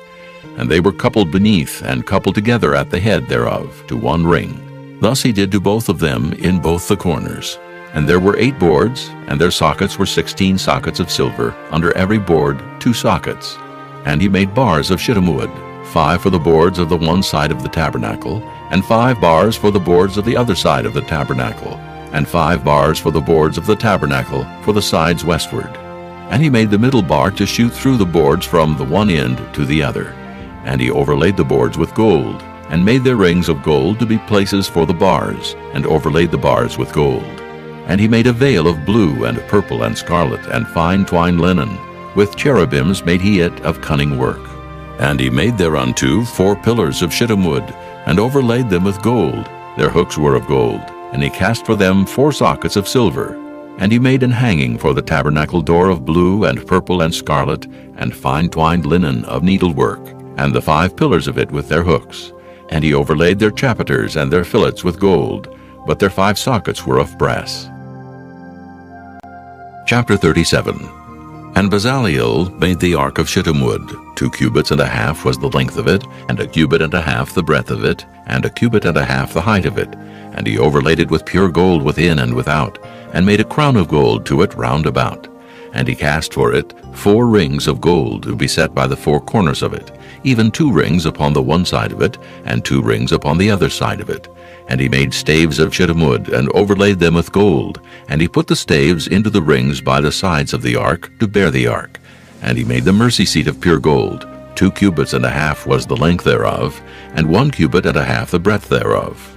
And he made 2 cherubims of gold, beaten out of 1 piece made he them, on the 2 ends of the mercy seat. 1 cherub on the end on this side, and another cherub on the other end on that side. Out of the mercy seat made he the cherubims on the 2 ends thereof. And the cherubims spread out their wings on high, and covered with their wings over the mercy seat, with their faces one to another. Even to the mercy seatward were the faces of the cherubims. And he made the table of shittim wood. 2 cubits was the length thereof, and 1 cubit the breadth thereof, and 1 cubit and a half the height thereof. And he overlaid it with pure gold, and made thereunto a crown of gold round about. Also he made thereunto a border of an handbreadth round about, and made a crown of gold for the border thereof round about. And he cast for it 4 rings of gold, and put the rings upon the 4 corners that were in the 4 feet thereof. Over against the border were the rings, the places for the staves to bear the table. And he made the staves of shittim wood, and overlaid them with gold to bear the table. And he made the vessels which were upon the table, his dishes and his spoons and his bowls, and his covers to cover withal, of pure gold. And he made the candlestick of pure gold, of beaten work made he the candlestick. His shaft and his branch, his bowls, his knops, and his flowers were of the same, and 6 branches going out of the sides thereof, 3 branches of the candlestick out of the one side thereof, and 3 branches of the candlestick out of the other side thereof. 3 bowls made after the fashion of almonds in one branch, a knop and a flower, and 3 bowls made like almonds in another branch, a knop and a flower. So throughout the 6 branches going out of the candlestick. And in the candlestick were 4 bowls made like almonds, his knops and his flowers, and a knop under 2 branches of the same, and a knop under 2 branches of the same, and a knop under 2 branches of the same, according to the 6 branches going out of it. Their knops and their branches were of the same. All of it was one beaten work of pure gold. And he made his 7 lamps and his snuffers, and his snuff dishes of pure gold. Of a talent of pure gold made he it, and all the vessels thereof. And he made the incense altar of shittim wood. The length of it was 1 cubit, and the breadth of it 1 cubit. It was 4 square, and 2 cubits was the height of it. The horns thereof were of the same.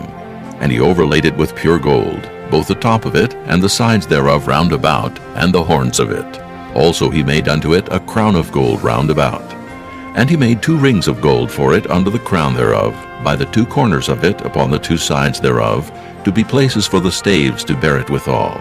And he made the staves of shittim wood, and overlaid them with gold. And he made the holy anointing oil, and the pure incense of sweet spices, according to the work of the apothecary. Chapter 38. And he made the altar of burnt offering of shittim wood.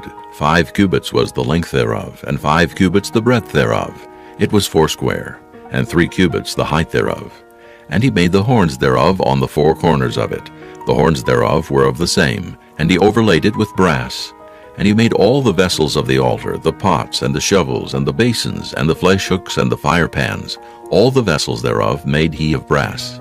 And he made for the altar a brazen grate of network unto the compass thereof beneath unto the midst of it. And he cast 4 rings for the 4 ends of the grate of brass, to be places for the staves. And he made the staves of shittim wood, and overlaid them with brass. And he put the staves into the rings on the sides of the altar, to bear it withal. He made the altar hollow with boards. And he made the laver of brass, and the foot of it of brass, of the looking glasses of the women assembling, which assembled at the door of the tabernacle of the congregation. And he made the court. On the south side southward, the hangings of the court were of fine twined linen, 100 cubits. Their pillars were 20, and their brazen sockets 20. The hooks of the pillars and their fillets were of silver. And for the north side the hangings were 100 cubits.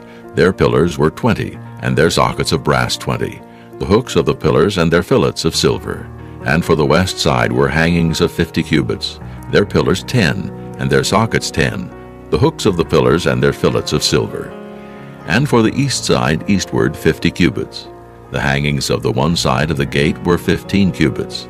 Their pillars 3, and their sockets 3. And for the other side of the court gate, on this hand and that hand, were hangings of 15 cubits. Their pillars 3, and their sockets 3. All the hangings of the court round about were of fine twined linen. And the sockets for the pillars were of brass, the hooks of the pillars and their fillets of silver, and the overlaying of their chapiters of silver, and all the pillars of the court were filleted with silver. And the hanging for the gate of the court was needlework of blue and purple and scarlet and fine twined linen, and 20 cubits was the length, and the height in the breadth was 5 cubits, answerable to the hangings of the court. And their pillars were 4, and their sockets of brass 4, their hooks of silver, and the overlaying of their chapiters, and their fillets of silver. And all the pins of the tabernacle, and of the court round about, were of brass. This is the sum of the tabernacle, even of the tabernacle of testimony, as it was counted according to the commandment of Moses, for the service of the Levites, by the hand of Ithamar, son to Aaron the priest. And Bezaleel, the son of Uri, the son of Hur, of the tribe of Judah, made all that the Lord commanded Moses. And with him was Aholiab, son of Ahishamach, of the tribe of Dan, an engraver, and a cunning workman, and an embroiderer in blue and in purple, and in scarlet and fine linen. All the gold that was occupied for the work in all the work of the holy place, even the gold of the